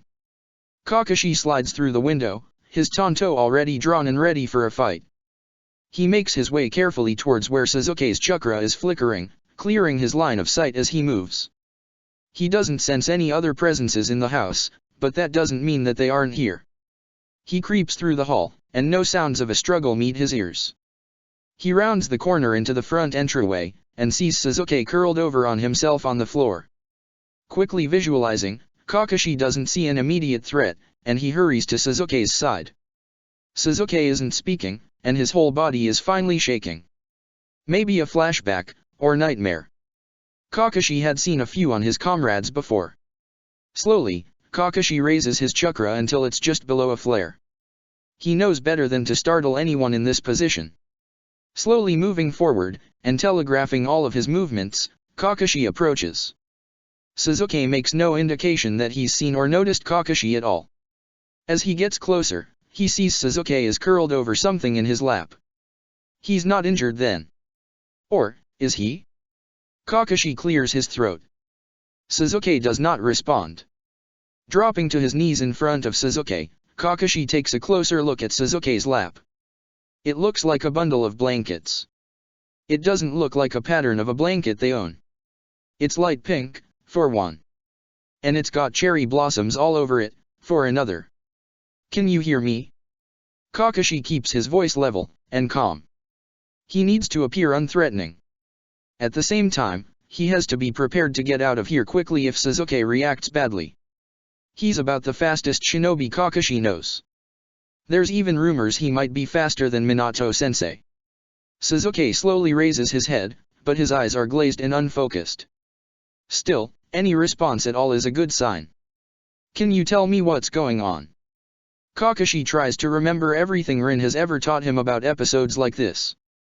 He curses himself for not learning more, and depending on Rin to know how to do all the medical side of things. He doesn't get an answer. Sasuke just stares blankly at him. What's the blanket? Kakashi asks carefully. Sasuke clutches it tighter instinctively. Whatever is upsetting him, this blanket has a lot to do with it. Kakashi opens his hands to show he isn't a threat. But he is going to have to carefully disengage Sasuke from the blanket, in the hope of breaking this trance Sasuke seems to be in. Sasuke shifts slightly, pulling the blanket closer to him. It shifts, and Kakashi's heart leaps into his throat. There's something in the blanket. He can only see about an inch of it, but it looks like. Is that a baby? Kakashi feels himself stiffen in shock. Sasuke is holding a baby. Whose baby is it, and why is it upsetting him so much? It seems to be asleep. Is it Sasuke's baby? Kakashi has barely even seen Sasuke talk to a woman, he can't imagine the man sleeping with one. Still, Kakashi has a new mission. Get that baby away from Sasuke, while he's this upset. It will require Kakashi to be even more gentle. Can I see the baby? Kakashi keeps his hands open. He waits, and repeats the question a few seconds later. Slowly, Sasuke starts to hand the child over to Kakashi. Kakashi doesn't dare look at the baby and distract Sasuke, he just keeps softly asking for Sasuke to pass him the baby, and looking into Sasuke's blank eyes. Soon, the edge of the blanket touches his hands. Gently, carefully, Kakashi removes the baby from Sasuke's embrace. He scoots back, stands up, and looks down at it. His blood runs cold. This baby, it's dead. It has an adorable button nose, and the smallest tuft of bright pink hair. A newborn, he's pretty sure. And it isn't breathing. And from a quick touch of the skin, it hasn't been breathing for a while now. Looking down at Sasuke in horror, he sees a little life sparking into Sasuke's eyes. This baby. Aniki, it's dead. Kakashi slips, and he hopes Sasuke doesn't remember it later. Sasuke nods. A good sign then. For Sasuke, that is. Is it, your baby? Sasuke looks confused for a moment, and then shakes his head. Well, if it isn't Sasuke's baby, then why? Oh no. Surely not. Did you? Kakashi tries not to betray any emotion in his voice. Kill this baby. Sasuke shakes his head again, and Kakashi lets out the breath he's been holding. There's several questions Kakashi now has, and he sorts through the situation in his head. He should probably return this baby to its parents, dead or not. He also needs to bring Sasuke out of this, and leave him with probably Orochimaru. Also, why did Sasuke come across it in the first place? And why had it broken him? He asks what he hopes is an easier question. Do you know who killed it? Life is continually bleeding back into Suzuki's face, but it's still far too slow of a rate for Kakashi's liking. Danzo, Suzuki's voice is little more than a breath. Danzo Shimura? I know he betrayed the village, but isn't killing a random baby a little much, even for him? Why would he do it? Kakashi muses out loud. He's not really expecting Suzuki to answer. He doesn't look capable of deep thought at the moment. Because he knows. Suzuki whispers. He knows. Kakashi tries. Something snaps back into Suzuki's expression, and his chakra flood the whole house in a wave. He knows. Alarmed, Kakashi steps back. He doesn't have time to speak before Suzuki snaps at him. Kakashi, go to Kushina and guard her now. His voice ends in a roar. Then he starts running, throwing open the door. Kakashi knows that Suzuki can teleport, and so for him to not do so, in such a rush. He must be out of control. This is bad. This is so bad. He takes off after Suzuki in a dead sprint, the baby's lifeless body still in his arms. Kakashi flares his chakra in the Umbu distress pattern, and he follows after Suzuki as quickly as he can. Even without teleporting, Kakashi is quickly losing him. Luckily, Kakashi is a tracker, and even if he cannot see Suzuki, he can smell him. An Umbu squad appears alongside him in an instant. Shinobi, report. The man barks. Kakashi doesn't even need his nose. Suzuki is putting off so much killing intent he's sure half the village can feel it. Villagers are starting to scream in the streets from the intensity of it, and shinobi are starting to flare the alarm pattern for a shinobi gone rogue.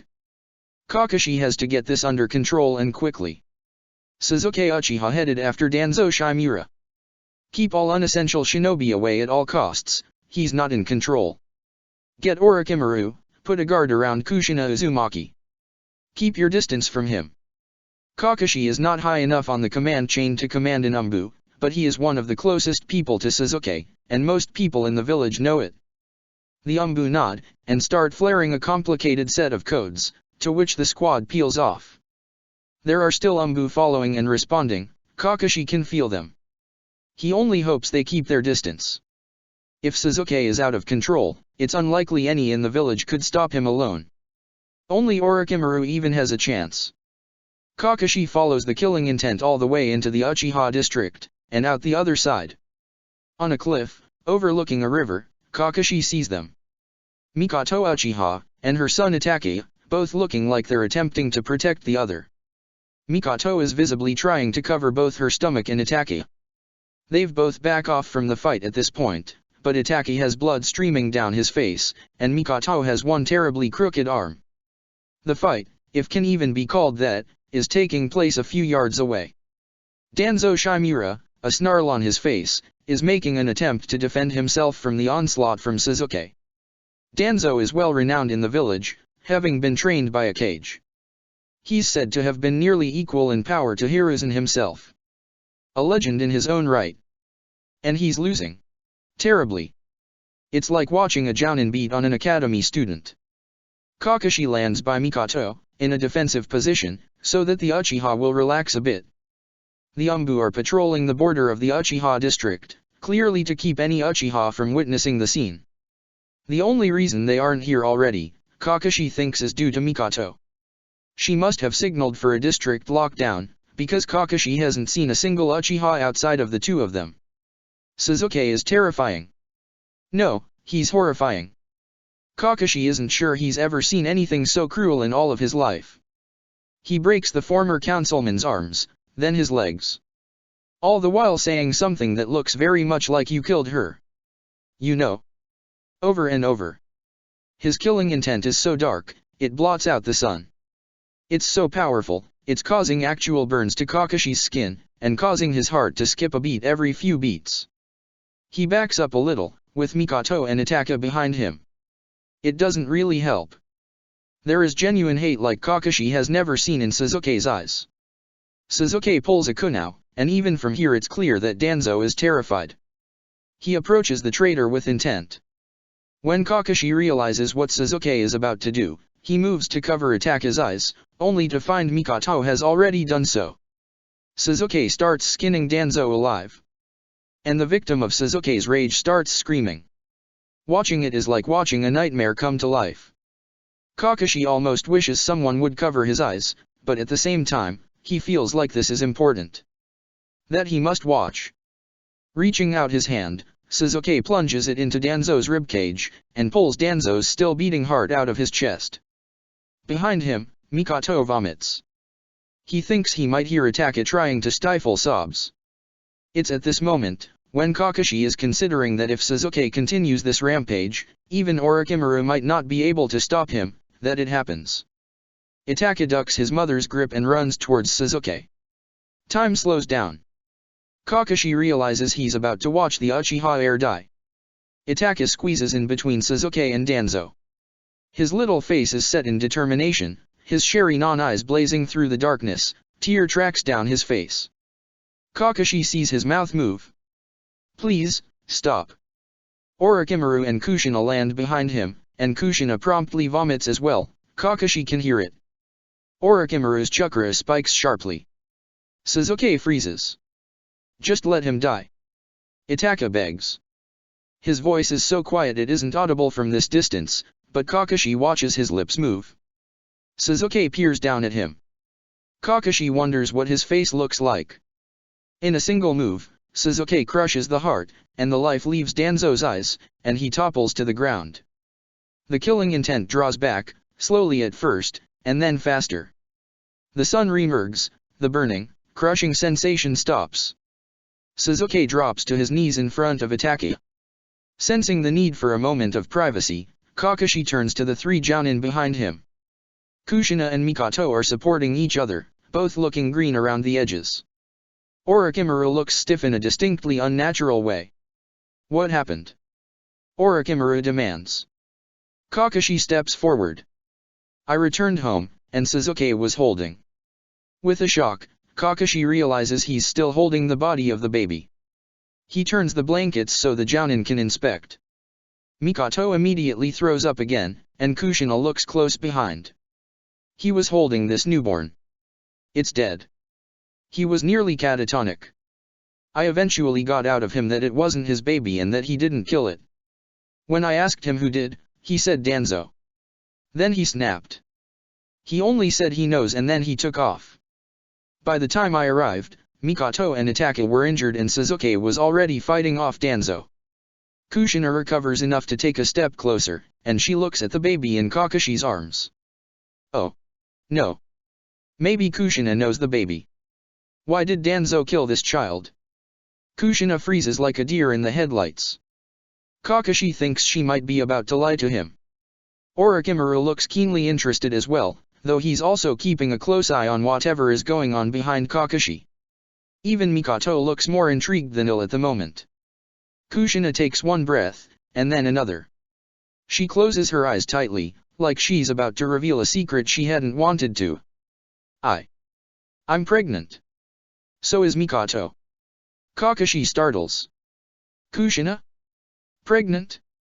Mikoto nods, confirming. Minato asked Suzuki to look out for me while he's on this diplomatic mission. I told him I didn't need it, yeah no, but you know Minato. He insisted. Suzuki's been real nervous about it, like I'm going to get injured while Minato is gone. Kushina looks deeply saddened. Kakashi feels like the deceased child isn't helping two pregnant women, but he has no idea where to put it. Mikoto pulls in a sharp breath. Oh. I see now. I didn't know Minato had done that. The Uchiha matriarch looks at Kushina. Fugaku's gone on business with the daimyo, as you know. I have reason to believe he may have asked Suzuki to look out for me as well. It all starts to make sense to Kakashi. How nervous and jittery Suzuki has been since Minato left. And it makes sense exactly why this child died. It's been all throughout the village. Everyone knows the person who uncovered Danzo's treachery had been Suzuki. Of course he would want revenge. The only question is how he found out about the pregnancies. There must be spies in the Umbu still. Orochimaru remarks. And Kakashi feels another chill. Traitors, in the most secretive, elite organization in the village? This is not good. Orochimaru turns to Kakashi. Keep a guard around Kushina and Mikoto. I'll take Sasuke from here. Thank you for calling for me. Kakashi nods, and turns to the two women that it now falls upon him to guard. We should have a sleepover, while our men are gone.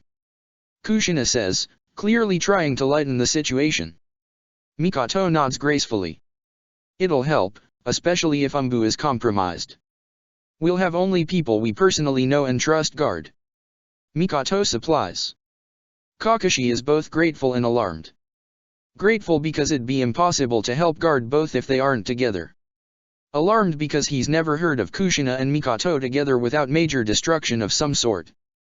Kushina approaches Kakashi, and gently takes the bundle from his arms. First things first. I'm acting Hokage, so I'll be the one to tell the parents what happened to their child, yeah no. She looks so sad, and Mikoto puts her hand on Kushina's shoulder. I'll come with you. We'll take Kakashi with us, and you should dismiss your guard. Kushina nods. I'll pick up Yamato from home and then we'll all head back over here. While they iron out details, Kakashi turns back to where Danzo's body lays. Orochimaru has Itaki in his arms, and Kakashi sees the remnants of vomit on the small boy's face. Sasuke looks broken. But he's nodding along to whatever Orochimaru is saying, and when Orochimaru turns towards what Kakashi sincerely hopes is the hospital, Sasuke follows. He hopes Sasuke will be okay. He has no idea how he'll ever bring this up again to ask about it. Hopefully Orochimaru can handle it. Kakashi never wants to see what he saw today ever again. He already knows he's going to have nightmares about it. The cruel, remorseless precision of taking another person apart. The dead look on Sasuke's face. The little pink tuft of hair on a lifeless child. Ouch, Mikoto. Don't pinch me, yeah no. You didn't tell me you were pregnant, we could have already celebrated. I just found out the day before Minato left, and I've been kinda busy, yeah no. Too busy for your best friend. I'll buy you dango. It better be a lot of dango, Kushina. I'm eating for two. Also, I want a tomato. I've been craving them badly. Actually, I want a whole basket of tomatoes. Deal. Let's shake on Mikoto. Your arm. We could stand to stop by the hospital as well. You think so? Calm down, it's fine. Chapter 40. While Orochimaru meets with the medic to discuss Itaka's injuries, Kushina pulls Sasuke aside. The redhead is looking at him with deep concern written all over her face. Sasuke hates to see it. Kushina sees far more than most, she knows what the past few hours meant. Sasuke isn't quite sure himself how to feel, or how to come back to himself. He feels like a shell. He'd been so angry, so single-minded about ending Danzo's miserable life. Seeing his brother fighting a futile fight to save their mother. It had further broken something inside of him. Itaka could have died. If Sasuke had been seconds later, Itaka would have died. It was enough that he'd lost. He can't even bear to think her name. If he'd lost Itaka on top of that. And Itaka had been terrified by Sasuke's rage. When he'd thrown himself between Sasuke and Danzo, Itaka's wild eyes reminded Sasuke of a time where he'd been terrified by Itaka. Now, he's more certain than ever. Itaka, his big brother, now so young, is a pacifist. A pacifist who killed his entire clan. Who joined a terrorist organization and no doubt witnessed more atrocities than most hardened shinobi. A pacifist who couldn't even find rest in death, and was revived to fight yet again. The pain of knowing it gnaws at Sasuke's insides. But he allows it. The pain is a good distraction. Because as long as he thinks about Itaka, he isn't thinking about pink hair, a small chubby face. Dead in his arms again. Sasuke realizes abruptly Kushina is staring expectantly at him. She must have asked him something. What? Kushina tries again. I said, I'm so sorry, Sasuke. Sasuke gives a half shrug. It's not okay, but he can't think about it. Kushina lightly smacks his arm, and puts her finger in his face. Her face is deadly serious. Don't do this. You can't shove this away, yeah no. Shaking his head, Sasuke tries to explain himself. I have to. If I don't, I can't think about it, Kushina. Grasping his forearm tightly, Kushina rejects his explanation. You have to feel it, Suzuki. I know it hurts a lot. Even more than that. But I know you, Yano. If you lock this away, you're gonna lock yourself away too. And you can't do that. You can't. If I do, there's no going back. I still have things I need to do. Kushina's grip softens. There's already no going back, Suzuki. Just because you don't think about it doesn't make it less true. But that's not why I pulled you aside. Suzuki tries to shake her words away, but they stick to him. Somewhat desperate to distract himself, he asks, why then? Mikoto and me, we covered for you. We said that you were under orders to protect both of us, and the pressure was getting to you. That's why Danzo thought he could break you by showing you a random child death. Kushina explains, and Suzuki notices for the first time she's put a privacy seal up. He doesn't remember her doing that. Thank you. The explanation will make it much easier for Suzuki to avoid unwanted questions with Kakashi and Orochimaru. Do you know how Danzo found out about you? Kushina asks carefully. If you can remember who was with you down in interrogation, I can do some interrogating of my own and figured out who said what. We can't afford leaks like this. It wasn't T&I, Suzuki shakes his head. It only takes a few seconds of thought to realize who told Danzo. And that's a conversation he needs to have. Immediately. He turns to leave, and Kushina doesn't let go of his arm. I'll cover for you, she says. There's a knowing look in her eyes. Just don't be too messy, Yano. Come to Mikoto's after, there are spies in Umbu, and we're going to need people we can trust to guard us. Suzuki nods, and then leaves. Kushina is right. He isn't going to be able to push this all away forever. But before he deals with tomorrow, there's someone that needs to be dealt with today. The run across the village is fast, easy. Before he knows it, he's slipped into the Sarutobi home. Hiruzen is sitting, waiting for him. With a quick scan of Chakra, Suzuki finds that the rest of the house is empty. I thought I might be seeing you, Suzuki. Hiruzen says. His eyes are dark, and sad.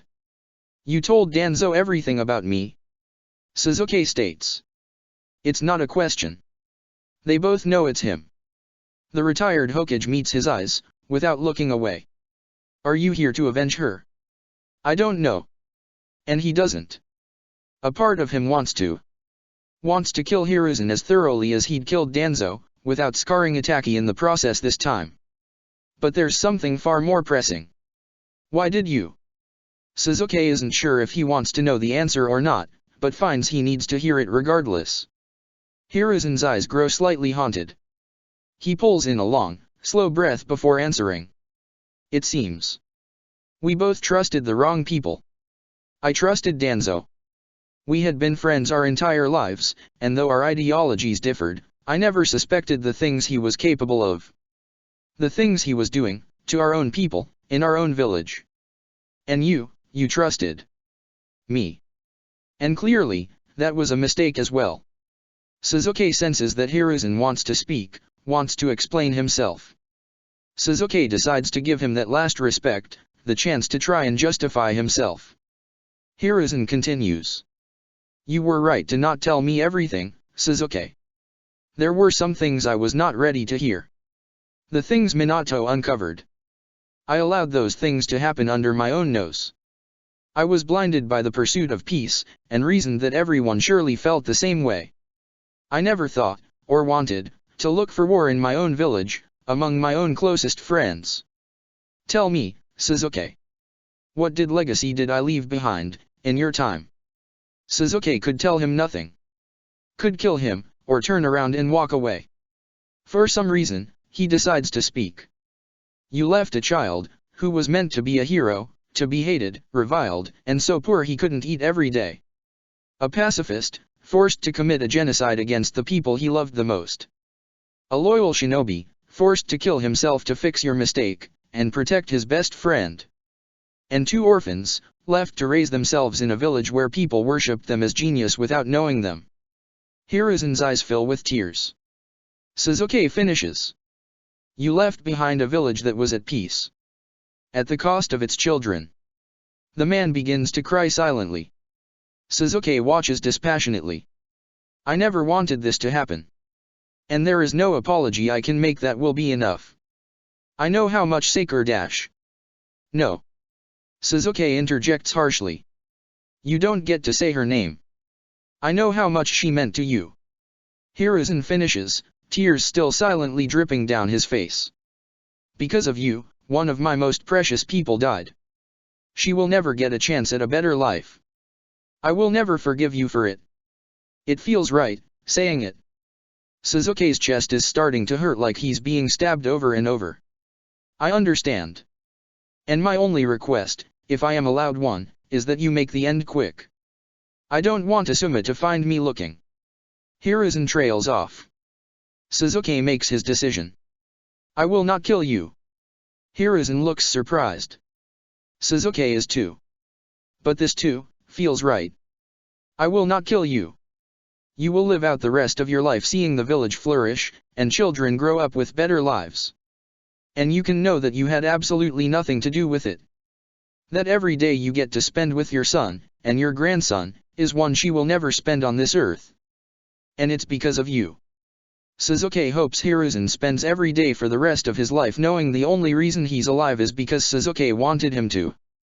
He slips back out through the window without another word, without giving Hiruzen another chance to speak. Suzuki has heard all he needs to hear. And the stricken look on the old man's face, as he sits alone in his house, in the dark, gives Suzuki a tiny sliver of satisfaction. It's not enough. It will never be enough. But it is something. When he arrives at the Uchiha home, he finds Mikoto and Kushina yelling in the kitchen, Kakashi using a water jutsu to put out a kitchen fire, and Yamato, with Itaka standing beside him looking alarmed. I told you not to drop the dumplings in while the oil was that hot. I'm just trying to help, yeah no. Kakashi-chan, you can't use water to put out an oil fire. A sigh, and Kakashi switches to an earth jutsu. I'm a jounin now, Kushina. You could at least go with Kakashi-kun. You'll always be little Kakashi to me. Mikoto, back me up on this. Kakashi, can't you let a pregnant woman have her way? Even if she sets the kitchen on fire. I did not. Mikoto-san is right, Kushina-san. Kakashi realizes instantly he's made a mistake. Itaka taps retreat onto Yamato's arm in code and they both disappear from sight as both women turn on a bewildered and harried-looking Kakashi. Suzuki decides to interfere on Kakashi's behalf. Walking up and tuning out the bickering, he takes the still smoldering pan out of Kakashi's hand and puts it in the sink. Kakashi and I will go pick up some dinner. We will be back soon. Then he grabs Kakashi and escapes. Just before the door closes, Kushina yells. It better be ramen. And tomatoes. Mikoto adds. The second the door shuts, Kakashi slumps. Thank you.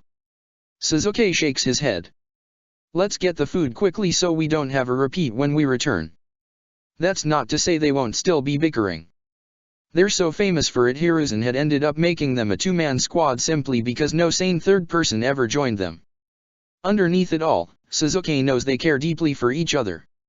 After they pick up the tomatoes, but before they go to order ramen, Kakashi breaks the silence. Are you okay? Suzuki had been waiting for him to bring it up. He decides not to lie about it. No.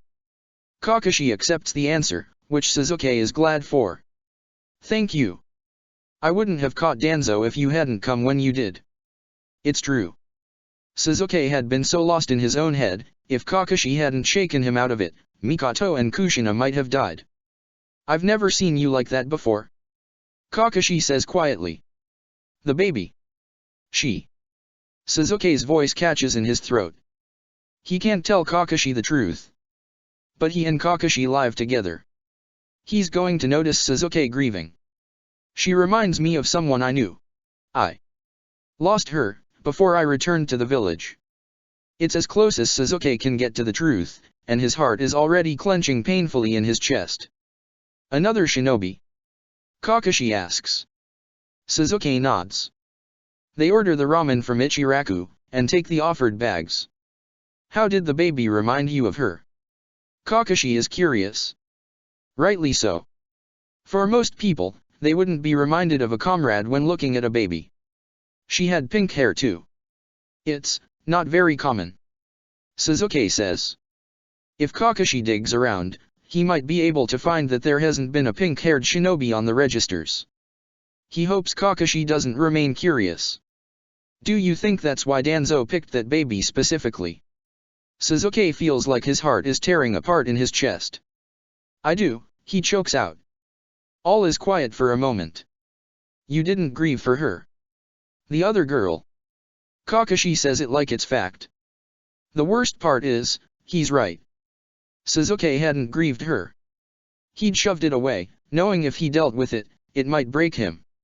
And now, years in the future, he's dealing with it again. Kushina was right. He can't run away from it.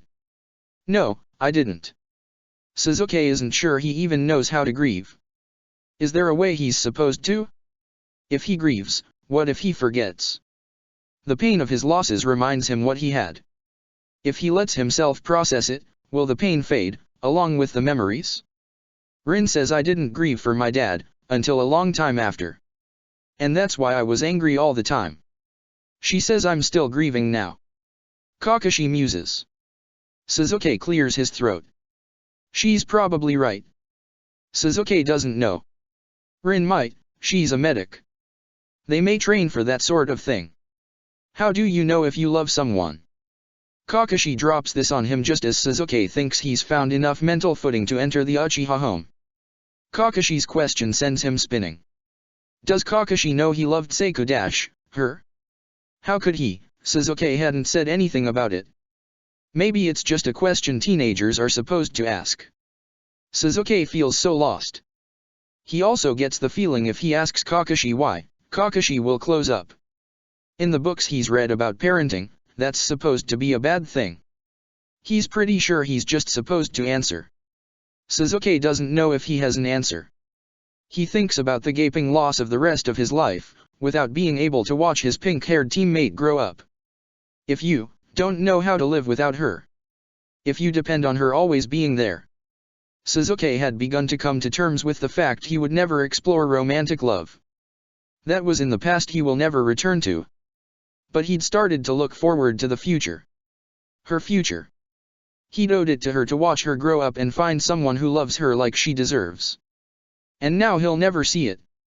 The best she'd ever gotten was falling in love with someone who'd betrayed her and hurt her, over and over. Dying young on a battlefield to protect someone who didn't need or deserve protection. Kakashi nods, clearly lost in thought, and they return to the Uchiha home. Sasuke is silent for the rest of the evening. He watches as Mikoto eats a sickening amount of tomatoes while Itachi looks on with odd horror. He listens as Kushina tries to explain to Yamato for what is surely not the first time why Ichiraku is the only ramen worth eating. Later in the evening, Itachi challenges Yamato to a game of shogi, and Kakashi tries to coach both sides at once, while Mikoto and Kushina chat and bicker about how their pregnancies are going and who has a stronger mission record with the village. Itachi is polite towards Sasuke, but keeps a bit of distance. Sasuke doesn't blame him, but it does sadden him. Mikoto must notices, because she assures Sasuke that Itachi will get over it. Sasuke just nods in response. Itachi and Yamato are both put to bed eventually, which they look slightly offended by but do not protest. Long after Mikoto and Kushina go to bed, Kakashi and Sasuke keep watch over the house, just in case. Nothing happens, of course. But Sasuke finds a certain comfort feeling Kakashi's chakra signature glowing throughout the night, and seeing his silver hair in the moonlight. Once in a while, he can even forget about the day's events, and pretend he's a genin on a mission again, on midnight watch with Kakashi. In the moments he can't forget, he stares at the moon. It looks just like it always has. He thinks about his past, about the future. He considers sacrificing his life to bring her back, then talks himself out of it when he remembers everyone else who needs him. He can't be certain that Izanagi would even work again. And even if it did, he doesn't know that his Rinnegan could take the strain. At a minimum, he would go completely blind. And what would he say to her parents? How would he explain to Minato and Kushina that he was giving up his best skill set before he finished the job of eradicating future threats? He tries to conjure up her face. What she would say to him? Would she think it was romantic? Him looking at the moon and wondering if he should die to save her? Would she laugh and tell him he was being ridiculous, and to look at the bigger picture? He finds that he doesn't know. For one fleeting, terrifying moment, he feels intimately exactly why Obito had fought to set off the infinite Tsukuyomi. And that would be a betrayal of almost everything he was sent back in time to fix. He knows Sakura, Naruto, and Kakashi-sensei would never forgive him if he did. He will have to carry the pain with him for the rest of his life, knowing he will never see her again. He can't become Obito. If he takes even one step on that path, he won't be able to turn back. Because, unlike Obito, if Sasuke starts on that path, he'll follow it through to the end, and he will succeed. No one would be able to stop him. When he finally talks himself out of trying to revive her, he finds himself at another loss. How to remember her? It feels too significant to go unmarked. To let her die just a child in this life, none of her accomplishments recalled. But he has no idea what sort of thing she'd even want to be remembered by. The girl he remembered had wanted to be acknowledged by him. And she'd ended up a legend, acknowledged by everyone. Well, now he's the only one who truly remembers her. It feels wrong to not acknowledge her in some way. But he doesn't even know where to start. The moon shines brightly on, even as Sasuke's thoughts darken into hopelessness. Please forgive me, Sakura. Kakashi is in for a long day. Check the description for the links to the author.